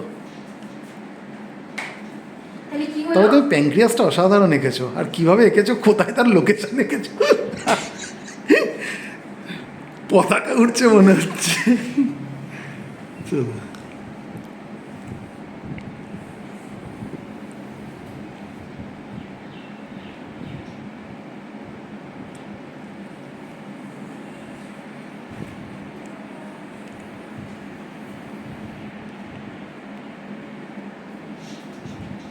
তাহলে এবার তোমার এলাম কোথায় না, লার্জ ইন্টেস্টাইন। এটা দেখতেই পাচ্ছ স্মলের থেকে এটা অনেকটাই ছোট, কিন্তু কি কিন্তু মোটা, ডায়ামিটারটা অনেক বেশি, অনেকটা বড় স্মল ইন্টেস্টাইনের থেকে। তাহলে দেখো এখানে শেষ পার্টটা যুক্ত হচ্ছে, অর্থাৎ ইলিয়াম পার্টটা। আগে এগুলো ডিসকাস করে নিয়েছি যে এটা অ্যাপেন্ডিক্স, আর এটা উপর দিকে উঠছে বলে এটা হচ্ছে অ্যাসেন্ডিং কোলন। এটা আড়াআড়ি আছে বলে এটা হচ্ছে ট্রান্সভার্স কোলন, আর এটা উপর থেকে নিচের দিকে নামছে বলে এটা হচ্ছে ডিসেন্ডিং কোলন। আর এটা দেখো একটা সেগমেন্ট ছোট চলে আসছে এখানে, এস এর মতো দেখতে লাগছে, তাই এটার নাম কি হচ্ছে না সিগময়েড কোলন। তাহলে এই পার্টগুলো তারপরে রেকটাম, রেকটামটা একটু আঁকো, একটু রেকটাম যাই হোক, তারপরে অ্যানাল ক্যানাল, তারপরে অ্যানাস।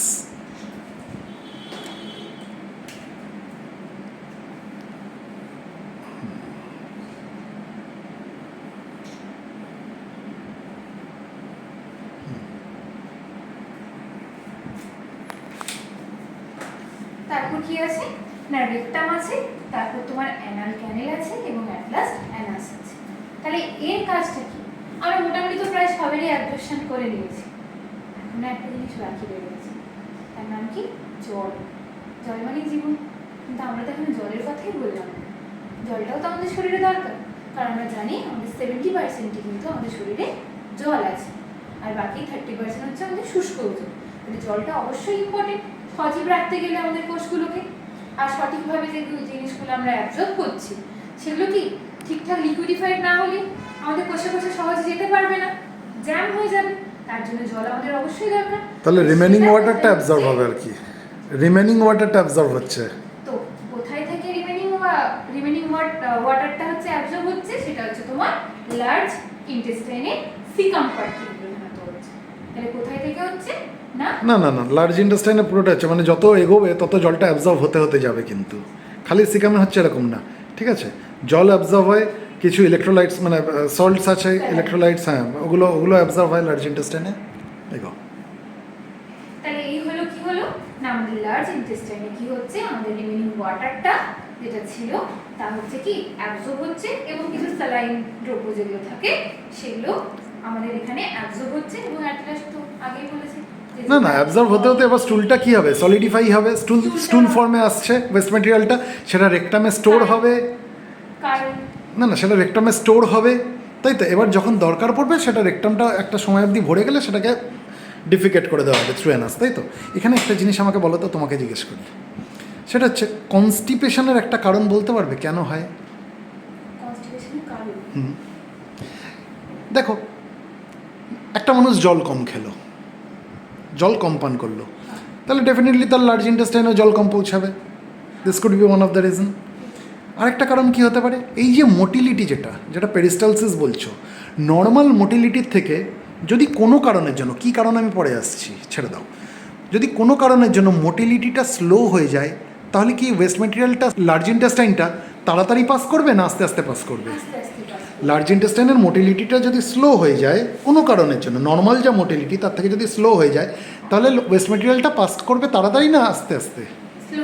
স্লোলি পাস করবে। তাহলে পাস করতে অনেকটা টাইম লাগবে, যত বেশি টাইম লাগবে তত বেশি জল অ্যাবজর্ব হয়ে যাবে, আর যত জল অ্যাবজর্ব বেশি হয়ে যাবে তত ওয়েস্ট ম্যাটেরিয়ালটা বেশি সলিডিফাই হয়ে যাবে, চুলটা আরও ড্রাই হয়ে যাবে, and this will lead to constipation. বোঝাতে পারলাম? আচ্ছা, যখন ওয়াটারি ডায়রিয়া হচ্ছে সেটার কারণ কি? ডায়রিয়া কেন হয়? উল্টোটা চিন্তা করো, ধরো জীবাণুটা ঢুকেছে, শরীর কি চাইবে? জীবাণুটাকে বার করে দিতে। আমরা কি হাত ঢুকিয়ে বার করতে পারবো? Is it possible? পারবো না। তাহলে বার করার একটাই উপায়, মোটিলিটি বাড়িয়ে দাও, যাতে ওটা ধাক্কা লেগে বেরিয়ে যায়। এবার ও ধাক্কা লেগে বেরোবে না কামড়ে বসে থাকবে না কীভাবে অ্যাটাচড হয়ে থাকবে সেটা পরের ব্যাপার, কিন্তু শরীর কি চাইবে? ওটাকে বার করে দিতে। বার করে দেওয়ার একটাই উপায়, মোটিলিটি বাড়িয়ে দাও। এবার যখন মোটিলিটি বাড়িয়ে দিচ্ছে, তাহলে ওয়েস্ট ম্যাটেরিয়াল কি তাড়াতাড়ি পাস করবে না স্লো পাস করবে? তাড়াতাড়ি পাস করবে। যত তাড়াতাড়ি পাস করবে জল অ্যাবজর্ব করার টাইম তত কম পাবে। তাহলে কি হলো? কম জল অ্যাবজর্ব হলো।